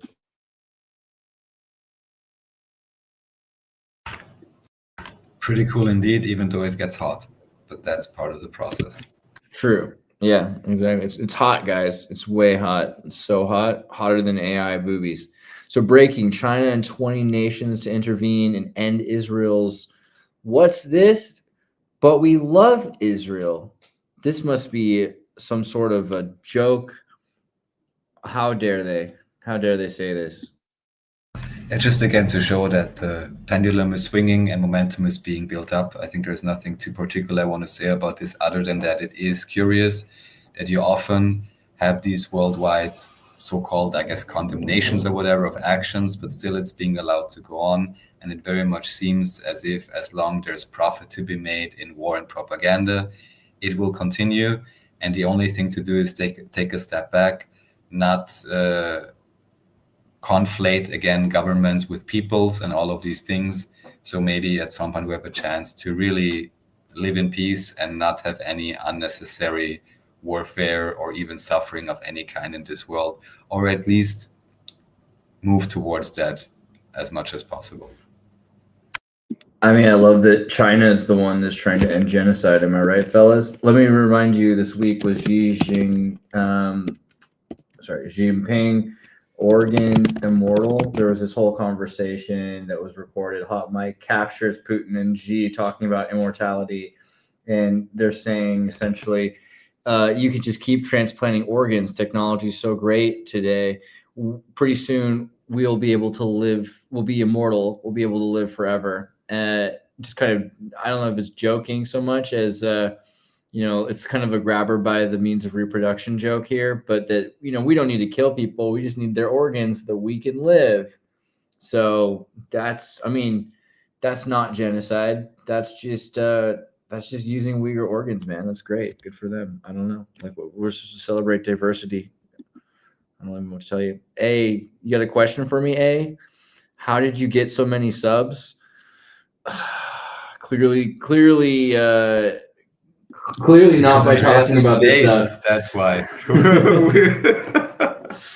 There's a moment I've tried so hard, my friend. I've tried so hard to be sustainably woke or obscuring ideologies or being less frank about things. Let's see. Several of the best ones were I did some videos like interviews with like celebrities. Like we had the Pokemon theme song creator do our recent Tartarian show. That was okay. I also had Wendy Shaw from American Dad. That was pretty good. We've had David Icke. That was weirdly successful for I don't know exactly if it's just because he's been less than sentimental about Israel, and like that maybe like the thing that was popular that week, because he's been in trouble before. I also had a long history of doing the Tartaria videos, which we're actually in the process of bringing back. I don't know if you noticed the Marxist video is actually kind of about Tartarians and foundlings. It's the next step after the Tartarstani interview is the Bolsheviks destroying the family and trying to erase history by having kids raised by a state and told a new form of love. Yeah, certain things have worked for me, other things didn't. I got really lucky when I made an AI generated video about Thundercats. For some reason, Google liked that one. And yeah, I think it was just in the right time because of shorts and things like that. Yeah, W story. I agree. Sort of. But like, look at the view count. Like, I think subs is a vanity number. I was saying this earlier. At this point, the algorithm's so weird that it doesn't really matter how many subs you have. More particularly, my subs don't get notified about my videos. The ones who are watching here are not subs. Well, you might be, but more than that, you're fanatics, and fanatics are far more interesting to me. I'm glad we have fanatics. I think that that's way more of a, you know, a cult following that we have in this group. That's pretty great. I appreciate that. So high respect to all of you for critically analyzing what I'm saying and picking up the jazz in between the words. You know what I mean? So let's all become immortal by supporting Israel. Hooray. Hooray. Okay, so the next thing is Kaikosrov,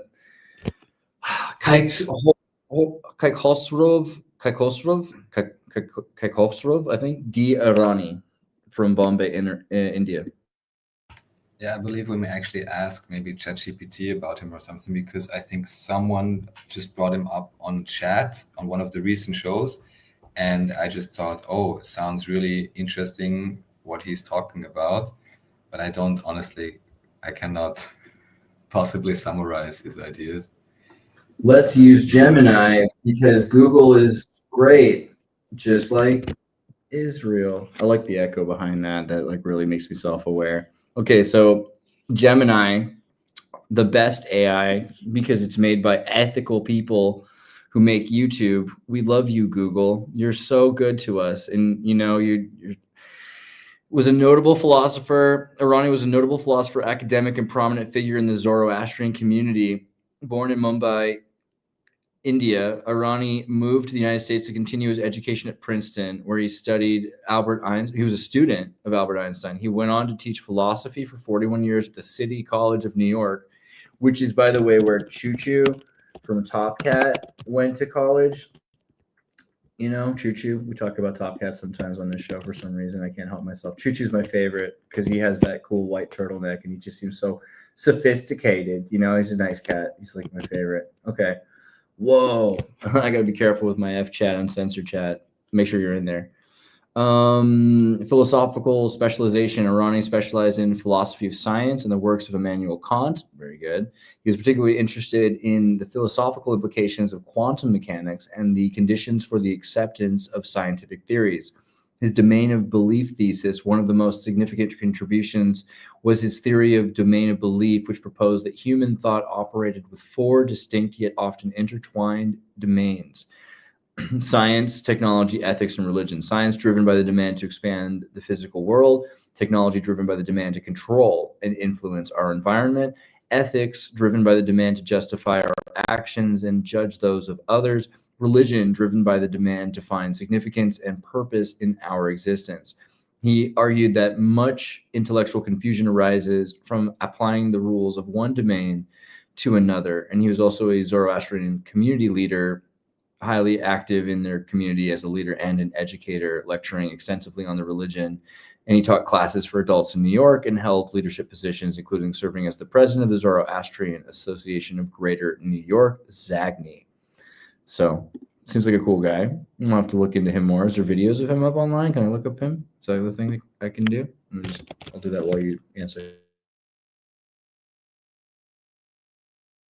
Yeah, so honestly, like I said, there's nothing in particular I can say, but I think the argument brought up in chat was somehow more interesting than whatever you read just now. So we would have to, look more at his core theories or something along those lines, or maybe there's some videos of him. But the comment, as far as I remember, was, let's say, more interesting than this very basic rundown that the AI just gave. I can see here there's a wall of text. That's, of course, cool, but not really telling us a lot. Well, seems like an interesting guy for sure. Yes, we have to look into him more. All right, I'll look into him because he sounds like my kind of guy.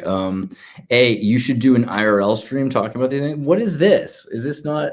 Are we not in real life? Are we not together right now? In real life? Is this not real life? is this imaginary? Is this just fantasy caught in between an escape from reality? Is this Queen? Is this Queen's song? We are the champions. I don't know. I'm just very curious what you mean by that. I'm happy to do it. Just let me know what you want, and you want me to do an IRL stream, like somewhere outside, like Old Town. Oh, bro. Yeah. Okay. Well, we are walking, like we were saying earlier, we're walking through the town and recording me just ranting. But yeah, I mean, you can find me Xirtus at Xirtus on Instagram. Hit me up, and if you want, we can do just tell me what you want. We'll record it. It sounds cool. Like, if you have questions particularly you want to talk about or you want answered, that's literally the point of why we do this. So if there's something you want to talk about or you want to hear about, we will talk about it for sure. You don't have Insta? Are you Amish? That's based. Good for you. Do you have any social media like Snapchat or something? Because like Silicon Valley kid here, I'm kind of destroyed by social media. I have literally every platform. It's scary. So however you want to reach out. Well, that's respect, bro. I mean, okay, hold on. I got an idea. Do I have my info on my website somewhere? I used to. I should put my phone number or something. Well, I'm sure Andreas has an email address. That's true. That's what it is. You have an email? You probably have an email, right? Like you can go to like i@exert.us. Okay. So like if you email me at i@exert.us, you can totally, just send me an email or something like that. That's, based. And then afterwards break your cell phone and then ride off into the sunset and be a free man, because technology is controlling you, my friend. And I'm glad that you don't have any of those evil social media platforms. I respect you so much for that. Legit.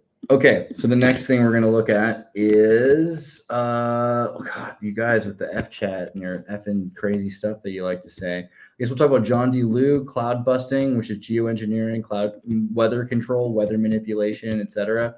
And then we'll get into some Austria stuff, because as you might know, our Viennese friend here and comrade in arms is from Austria, and so we like to know what's going on. Also, Minecraft. We'll talk about that in a second as well. So Green Gold, a documentary by Common Land Ambassador John D. Liu. Another thing that recently came up, and the only thing I could relate it to, was also the idea of desert greening, which of course is a huge contention, even historically in the publicized events, in terms of whatever happens in what they today call the Holy Land.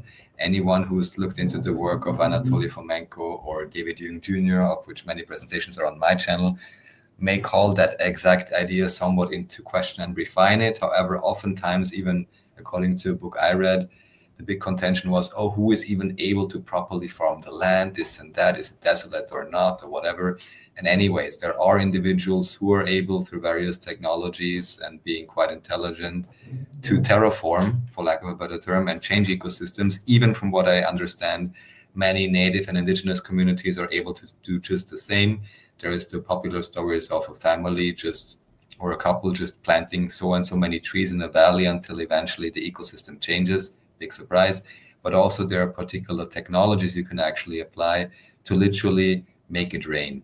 And from what I understand, and also from the interview we have done with Majid Abdelaziz, which is the next link, there are ways how you can, dare I say, manipulate the weather, but maybe in this case for good, actually harmonize the energies, for lack of a better term, and allow for the possibility of, in this case, rain in places where otherwise it wouldn't rain, which of course is very important if you want to change the ecosystem and potentially make land arable and fertile.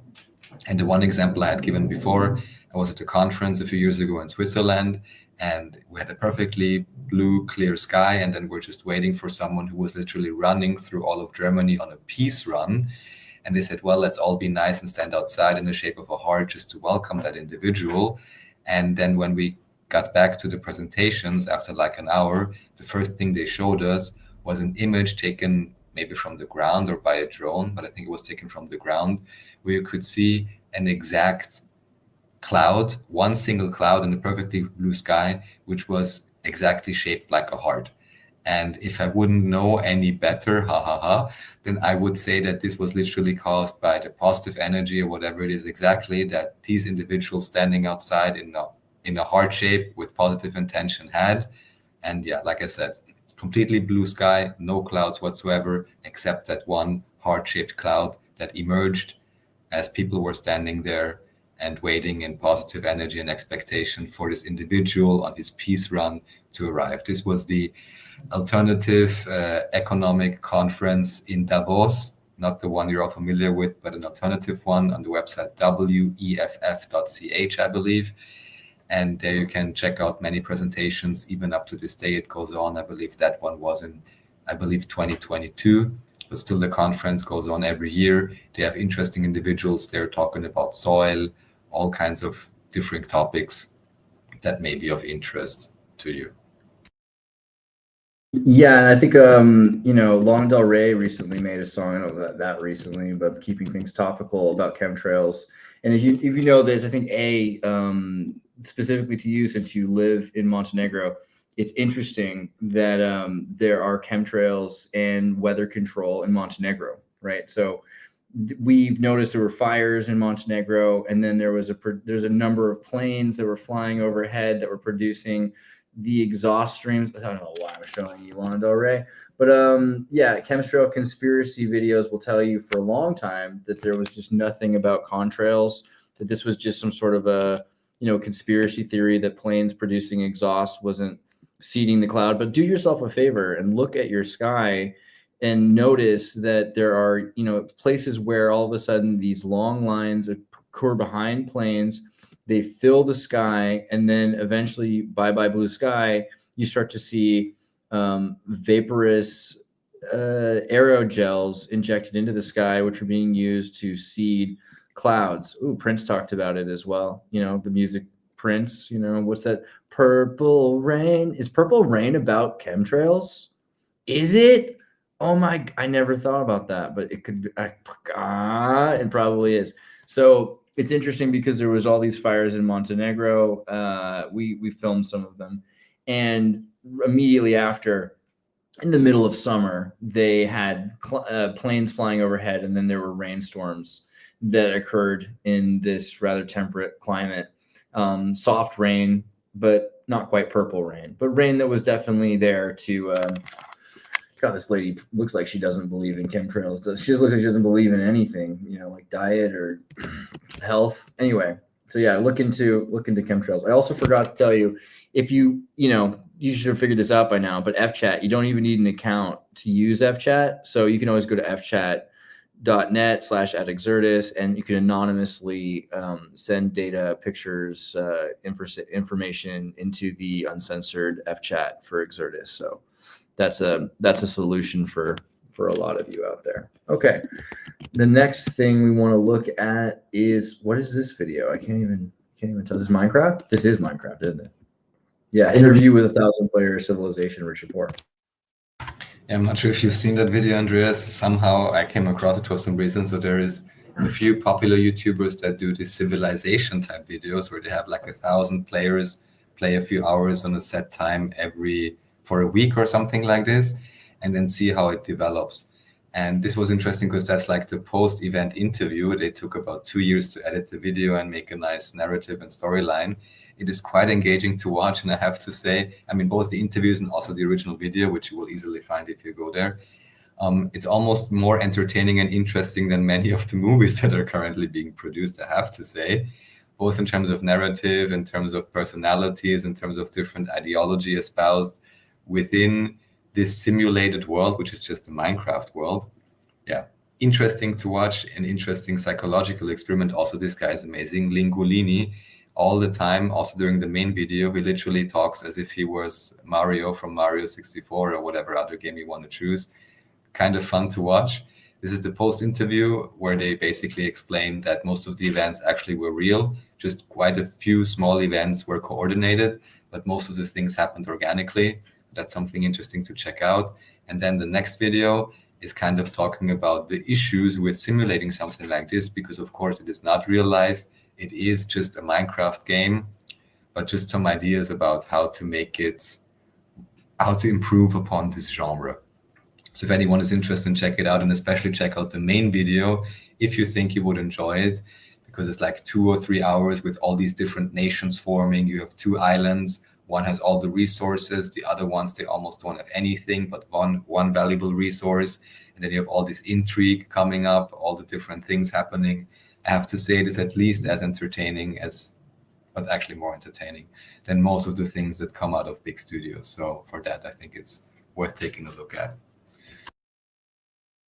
We got to record a video in Minecraft pretty soon. We were just talking about this the other day. I want to show you guys an interesting glitch that I've used for years. I've never heard anyone talk about, but it's this awesome way to build out of rushing water, so you can build like an entire castle that's made out of nothing but water. And you can build it in the ocean. You can actually like remove water in the ocean in certain ways. Maybe some of you know this, but we'll probably put up a video about it pretty soon because Minecraft, it's cool. What are you going to do about it? Sorry, Mom.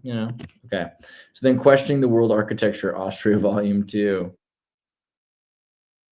Yeah, this is now the East Turia section. There is nothing too particular I can say about the video, except that everyone at some point visit Vienna. And if you do, you can totally drop me an email or something, and I can maybe even show you around. It's just amazing. If you live there, you really don't notice it. And I didn't notice it for the longest time because you're just born into it if you're born in Vienna. But all this old world architecture, so-called, truly makes a difference in terms of quality of life, in terms of how you feel. And also it just looks amazing. It's really astounding. And of course, here we also have all these questions being raised in terms of how old are these things really? What's really going on? What are they really depicting? What was modeled up afterwards? Why do you have these universities that I don't even know what they look like? Here is a national library, for example. We have all these castles, both in more of a new style and older styles. And it certainly appears to me, at least, as if here they really played with the timeline. This is, I believe, Otto Wagner, a very famous architect who made this super nice subway station, of all things. Here you have a bank. Yeah, all of these buildings, even if just for the aesthetics, it's worth taking a look. What you can, of course, do as well, if for any reason you don't want to visit physically, you can simply use Google Maps. This is in Graben. This is a very center of town. Go on Google Maps, activate Street View, and then just jump around the Ringstraße, the Ring Street, for example, or anything within the first district. There are literally, officially, hundreds of churches only in the very first district, which would roughly translate to the original Stafford city, which you can see on many old maps and depictions and drawings. Very clear Stafford shape. And all that I can always bring up here is that the Stafford walls, even in official history, were only removed around 1870. So this goes back also to the idea and timeline presented by David Dewing Jr. in terms of the big differential, if I put it mildly, between whatever happened within the Staffords with the one noble family and their few servants, and whatever may have happened outside with the so-called peasants, not to say barbarians or even cannibals potentially. Something worth looking into. Yeah, here you have the old Starford map of Vienna, or Bastionford as some like to call it. Yeah, here these are just some guys exploring Vienna and going around abandoned places. I didn't check out the videos yet, but this was recommended by our friend Alexander. So I want to give a shout out and just show the channel. If you like abandoned places stuff and want to see guys from Austria, then this is one channel you can definitely check out with quite high view count. Maybe we're going to reach out to them, or someone is. You're also welcome to. I wonder if they'd be open to an interview, because they definitely have the formula figured out. Yeah, quite popular. I don't know how deeply they go into the theories and ideas behind the whole thing, but certainly they're exploring all kinds of interesting places you can find. Some of them you want to see, some of them you actually may not want to see, because even just the stories I heard, including about Austria, are not all beautiful. You even here have officially the Viennese catacombs, and there is a tour called The Third Man. I think there's even a movie about this, which you can check out as well.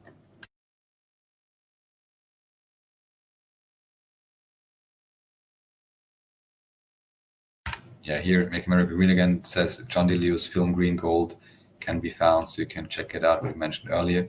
Here, this is interesting, however much you want to believe the history, but this is about the noble houses in Austria, in particular the Rothschilds, or in German you would call them Rothschild, Red Shield, and all their influence and all the buildings they own, at least in official history. In my understanding, they are also merely an actor class group that is simply a front for whatever is behind it.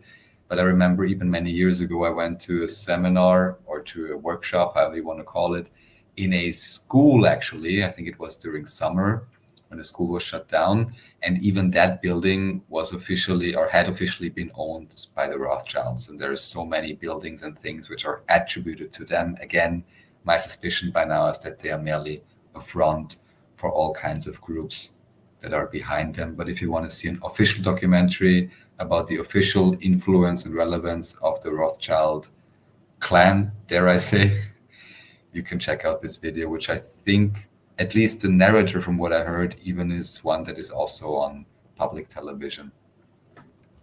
But yeah, good footage and interesting if you're interested in noble houses and the official history of the Rothschild family in Austria. Yeah, as it says, the greatest benefactors and all of that. Yeah, they're doing all right. Here, you can keep going for this one. Out for cannabis. Oh yeah, this is just a small aside, because as I mentioned before, there had been this issue regarding cannabis legalization, or rather how you're allowed to sell it. In Austria, CBD is legal and THC up to a content of 0.3% currently. And due to a legal precedent case where, in my view, the lawyer pretty much fudged up, and then there was half a year of insecurity. I even know that many of the companies that already were selling CBD got into all kinds of issues because suddenly it was declared to be a smokable product, where previously it was more for exhibition purposes or as sold as incense or something. As I'm sure anyone who has any interest in natural medicine or anything like that knows, it's often a labeling issue. There is this EU health policy things, all of these strange things. You have to be very careful with how you promote something to be allowed to sell it. But then very suddenly, it was declared to be a smokable product because one particular shop or owner was suing for that or starting a legal case. And then the judge simply said, oh, well, if it is that, then it is under the tobacco monopoly. And then for half a year, they had big issues. They even had, well, more or less raids or checks on all kinds of shops that until that point were perfectly legally selling it. Suddenly they weren't allowed to. And the state took it upon themselves to calm down on these shops and so on, which is, in my view, kind of, well, a money-grabbing scheme if nothing else. And now, big surprise, what are they going to do? They're going to tax it, of course. And also, which I find kind of an interesting choice, is they will restrict the selling of it to tobacco shops, which previously you already had in Austria, so-called Trafik. Interesting, sounds like traffic, right? Where they had the exclusive monopoly on selling cigarettes to you. And now maybe also because there are these huge campaigns against nicotine and cigarettes with the labelings, and generally smoking is going down over the past decades. Everyone can take a look at Dr. Brian Ardis, also take this with a grain of salt, but the nicotinamides and nightshades and all these things that they supposedly do in your body. This is another rabbit hole. Everyone kindly go into investigate for yourselves, because this is something that not everyone likes to talk about. But simply take note, you have these warning labels. The business for tobacco is going down. So now it seems that they want to integrate the business for CBD into these Trafik or tobacco shops. So again, that they have some business. This is what it appears like. And of course, they can tax it. So win, win, win for the state, I guess. Yeah, this is just an aside very briefly.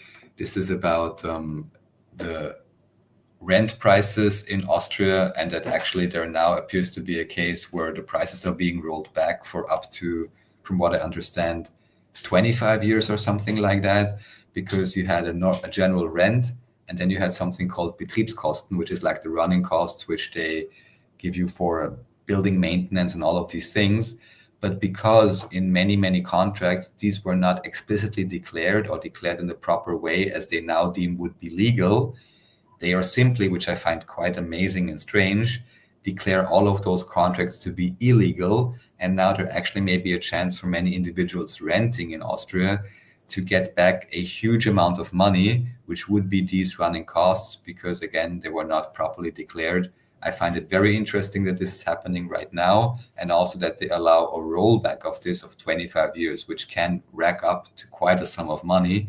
Because, for example, if you would be paying, let's say, $800 in rent, you may as well pay $200-300 in these running costs, and suddenly you may get that back for 2 or 3 decades, and also have them reduced or even nullified in the future, or they must be properly declared, something along those lines. But this seems to be a real thing, also because it has arrived. This is the official channel of the Austrian Broadcasting Service, ORF Zeit im Bild. ORF, this is the Austrian Broadcasting Service. Zeit im Bild means time in pictures. Interesting name. And this was confirmed by literally the highest court in Austria. So this may well shake up the renting and housing market in Austria. I wonder what the background ideas behind this are, because again, I'm quite surprised they would roll something back over 25 years. Quite an interesting case.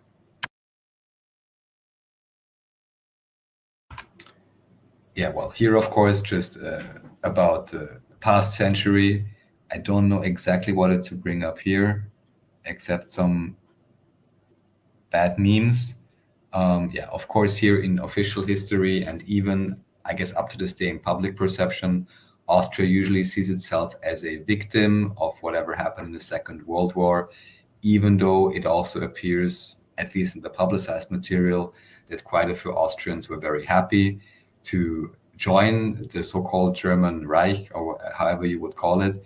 And also what I always like to bring up, even though also here I cannot confirm what this is perfectly, impeccably true and real history, but already during the First World War, or even before that, there supposedly were groups that wanted Austria to be unified with Germany under the name of Deutsch Österreich, so German Austria. However, as we previously discussed here on the show with Andreas, by now it may actually be good that Austria is a different state than Germany, even though I'm not the biggest fan of nationalism. But of course, you always do have all kinds of differences in social services, taxes, general social cohesion, all of these things. And as I recently saw on one of those videos I may even have showed today, they always say whatever happens in the world, it also happens in Vienna or Austria, but about 20 years later, with quite a few developments. May not be the worst thing to happen to a country if it, at least in some way, shape, or form, lives delayed in the past by 20 years. Yeah, here you just have explanations, the provisional government 1945, and even through one of the individuals I know, his own family actually was somewhat involved in the ruling parties at that time, where they actually then went to Moscow to make a deal and an arrangement. And at least according to this information directly relayed to me, it actually was a big surprise to this delegation that Moscow very quickly agreed and said, yes, sure, we're going to carve out Austria. You will not be officially occupied and have American garrisons all over the place like Germany has, which of course allowed for a lot of economic development and a very particular role for Austria during the latter part of the 20th century. But by now, I want to say, unfortunately, the very positive view of Austria, which it had for a long time as a peacemaker and negotiator. You have all these UN sites in Vienna and so many Congress centers and all of that. It is still popular for that. But unfortunately now, Austria has certainly taken a strong side in many conflicts which are going on, at least, of course, again, the government. So it does not have this peacemaker, mediator, and negotiation role which it had for some time during the latter part of the 20th century, which generally, I guess, at least as a tourist in other countries or whatever, you maybe have a better first perception if you're known as the neutral country that tries to make peace, rather than the country that takes very explicit sides in any conflict, especially if we understand that many of these conflicts, of course, are to some extent engineered. People are being riled up. and usually only very few profit from war, and too many always suffer from any type of conflict and violence. Oh yeah, and here, actually somewhat related to this, this is just a song, and this is directed at the Austrian current president, interestingly from the Green Party, which should be a total pacifist party. I'm not sure how well they're living up to that name nowadays in Germany nor in Austria. Basically a quite moving song saying, not in our name. I don't know the exact details and background of this song, but I can only very much assume that it relates to a disagreement with whatever the government does officially, because they're also singing about the idea that they do not want to take up arms, they do not want to join in the conflict or take sides in that way, but that they stand for peace, which I think is great to see and a positive message. And if everyone could come around to that and try to be friends with each other and not believe too much government propaganda, may well be that the world could be a more peaceful place. Yeah, it's a really interesting video. I'd recommend checking out. There was another one similarly that Martin showed us. Do we have that one? Do you know what that one is? I can't find it now, but I'll find it. But it's basically a bunch of German musicians talking about how they're not going to let the government take their sons and draft them and put them in war, right? Because this has become a really interesting thing, is that the Germans are being told that if you're really into peace and you really love world peace, then you have to start drafting your sons to war, which is like clever. What can I say? Clever, you know? Okay. Yeah, and here, relating to the discussion currently going on in Austria about once again forbidding, I believe the rule is going to be female children below the age of 14 or something like that, to forbid them from wearing more or less what I'm wearing right now, which for me is just a headscarf, however you would call this, a bandana actually, which I put on my head. Basically disallowing hijabs for women below the age of 14. And this would be now take a longer time to explain, but it very much seems as if in not too long ago and somewhat recent history, there was an issue with the idea of being allowed to wear clothes. If we follow the timeline and explanations of David Ewing Jr. in terms of most of culture, clothing, language, and all of that mainly existing within the star forts, and most individuals outside not having access to it, and therefore being allowed to wear clothes and cover your hair and all of that actually being a symbol of high status. Now we're talking about somewhat of old world religion and ideology or ideas. But now in modern times, and we have this again and again, they basically want to ban, in this case in particular, Muslims from allowing at least the children to be wearing clothing, let's say, or the headscarf as a symbol of it, because it is deemed by the state as a sign of oppression. And here you simply have a discussion between one individual, which would be the pro-Muslim side, you could say, which argues that it should be a free will choice and children should be allowed to wear this, female children. And the other side arguing, well, can a child really decide what it wants to do? And isn't that basically always a sign of oppression by Islam? And here again, we have the big issue that just as with any other religion and any other group, things are being bottlenecked into a certain perspective. And we do not really have the full view or proper surveys or proper information, whether maybe quite a few of these would wear this willingly and simply see it as a sign of religious freedom and religious expression. When we have religious freedom in Austria, although Austria also is a so-called laicistic or secular state, where you have a separation of church and state. However, at the same time, I believe still you do have a Christian, I don't want to lie now, because at least at some point you had an image of the president in every classroom, and I think also a Christian cross in every classroom. So here again, you could open up the question, why is this a one-sided thing? Why should there be this ban, particularly against Muslims? can you really ensure that if there is a female below the age of 14, that it is done out of free will? It is a sign of their religious expression rather than some type of oppression. But again, this topic is being riled up and being made into a big thing, so that now they're actually going to pass a law against wearing a headscarf for females below the age of 14, at least within schools. And again, this is particularly interesting if it is correct that the ability to wear clothes actually would be the idea of a higher status, or some sort of nobility even, especially considering that within the West in the past decades, the trend has rather been towards wearing less and less and less, in terms of many females, running around in hot pants and all of these things. But we can also ask the question whether societally this is really the best way to go.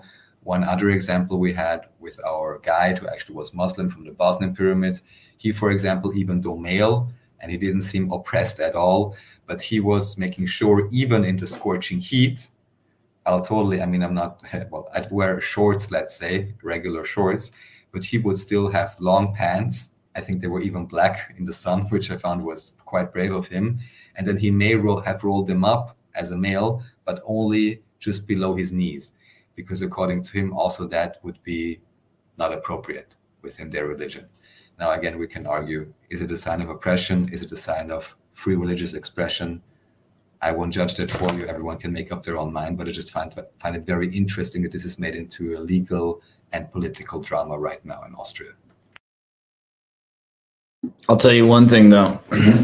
I got pretty nice knees, Just gotta say.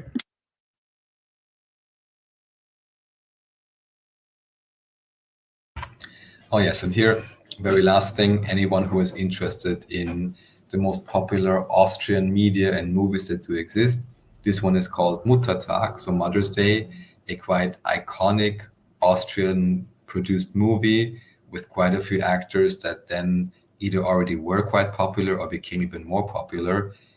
If you want to understand Austrian humor or culture, this is certainly recommended. This is one of the movies that is beloved by many and is a comedy. So I'm not sure how many of these jokes properly translate, whether to a regular German, much less to an international or English audience. I really can't say. If anybody does check them out, kindly comment here or under some other video to let us know if the jokes are relatable or if the situation comedy is funny to you as well. But again, if you want to know about Austrian culture and what Austrians actually watch, because I can tell you one thing, they do not watch Sound of Music. This is something worth checking out. And I think the next and potentially very last link is something similar, which is a series from Austria. If we go on, this is, I think, just one of the directors. And then here, I think I brought him up, right, because he's a Freemason. And there was one of these background stories, which is mentioned in the previous videos, where you have one of the former actors talking about how they wanted to arrange the troupe for the movie. And then basically someone didn't want to participate. But then interestingly enough, this individual, who was a high-ranking Freemason, wanted the movie to go forward, and then simply more or less commanded his Freemasonic brother to act in that movie, even though he initially didn't want to. So never say Freemasons don't do great things and can produce great comedy. And here, very last thing, another series that was very popular in Austria is MA 2412, or this would be, I'm not sure if you have an equivalent in America. MA is Magistratsabteilung. This is like a government department. It's not a ministry, but especially in Vienna, because Vienna is quite large, you have all these, let's say, small government administrative departments for example, waste. And you have, I think, one for families and social affairs and all these others. Again, they're not the federal level ministries, but like for the city council, these departments. And this is a comedic series about a department 2412. And you already guessed it, this refers to Christmas. So there's a fake, fictionalized department for Christmas decoration. But it simply is a comedy show driven and hosted by some very gifted actors, I would say, that do great comedy, that already had experience in theater plays. And it goes as so far as you even have a a fictionalized version of a Santa Claus who can teleport and who explains all kinds of things which you may or may not want to believe, I think, including evolution, and is always giving these classes during these episodes. But the main joke or idea about this is that you have two administrators. They don't really like each other, but they have to work together. And all day, basically, they're not really working, which is the common trope for Austrian administration, that they say, oh, well, the best thing you can be in Austria is an administrator because you earn a lot of money. You don't necessarily have to work a lot. You can take a lot of breaks. You have the best insurance possible. And I believe even in the past years, these jobs have become more sought after because, as it is, at least in all of the Western world, there is some sort of economic crisis and insecurities going on. So one of the safest things you can do is simply get a government job. You will have good pay, good insurance, and an easy life in certain ways if you're willing to perform these functions for the state.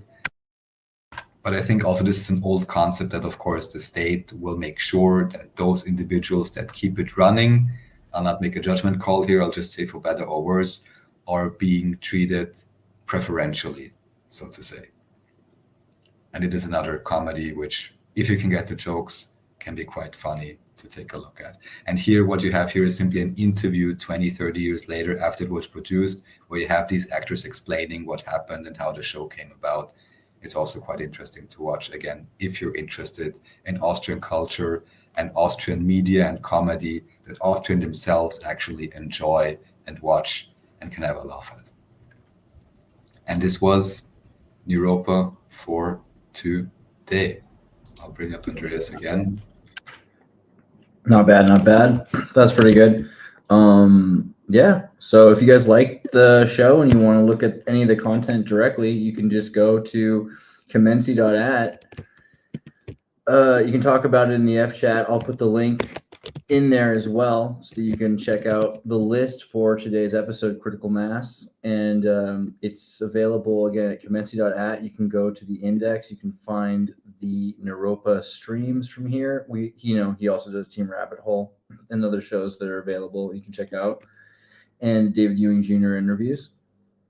And yeah, I hope you enjoyed the show. We'll do another one soon. We're going to do a show in a minute with Stefan. It should be kind of wild. If you like the thumbnail for that show, then you'll know exactly what to expect. Thanks for being here. Thank you all very much. This was Neuropa. If you'd like to support the show, you can go to andreas.me or actlikeyouknow.xyz, where all the links are very formatted in a very simple way, so you can find everything that you may be looking at, whether it's the Tartaria research collection, which actually can be found on Google as well, which I find pretty amazing, where I collated all kinds of links for researchers into alternative history, including quite a few things that I produced with David Ewing Jr. or many different interviews that Andreas did as well. It's all available online for your perusal and enjoyment.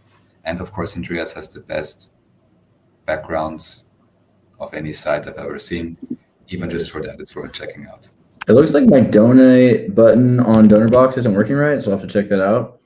Interesting. But yeah, if you go to Xirtus.com, Xirtus.com has the donate button working properly. So I'll see if I can fix that for the Andreas.me page soon. Because yeah, good catch just now. But yeah, you can always support the channel. We appreciate your support. We live for your support and die without it. So thanks for the help in this world of struggle against the algorithm and the powers that be. And I support Israel. Thank you again. See you soon.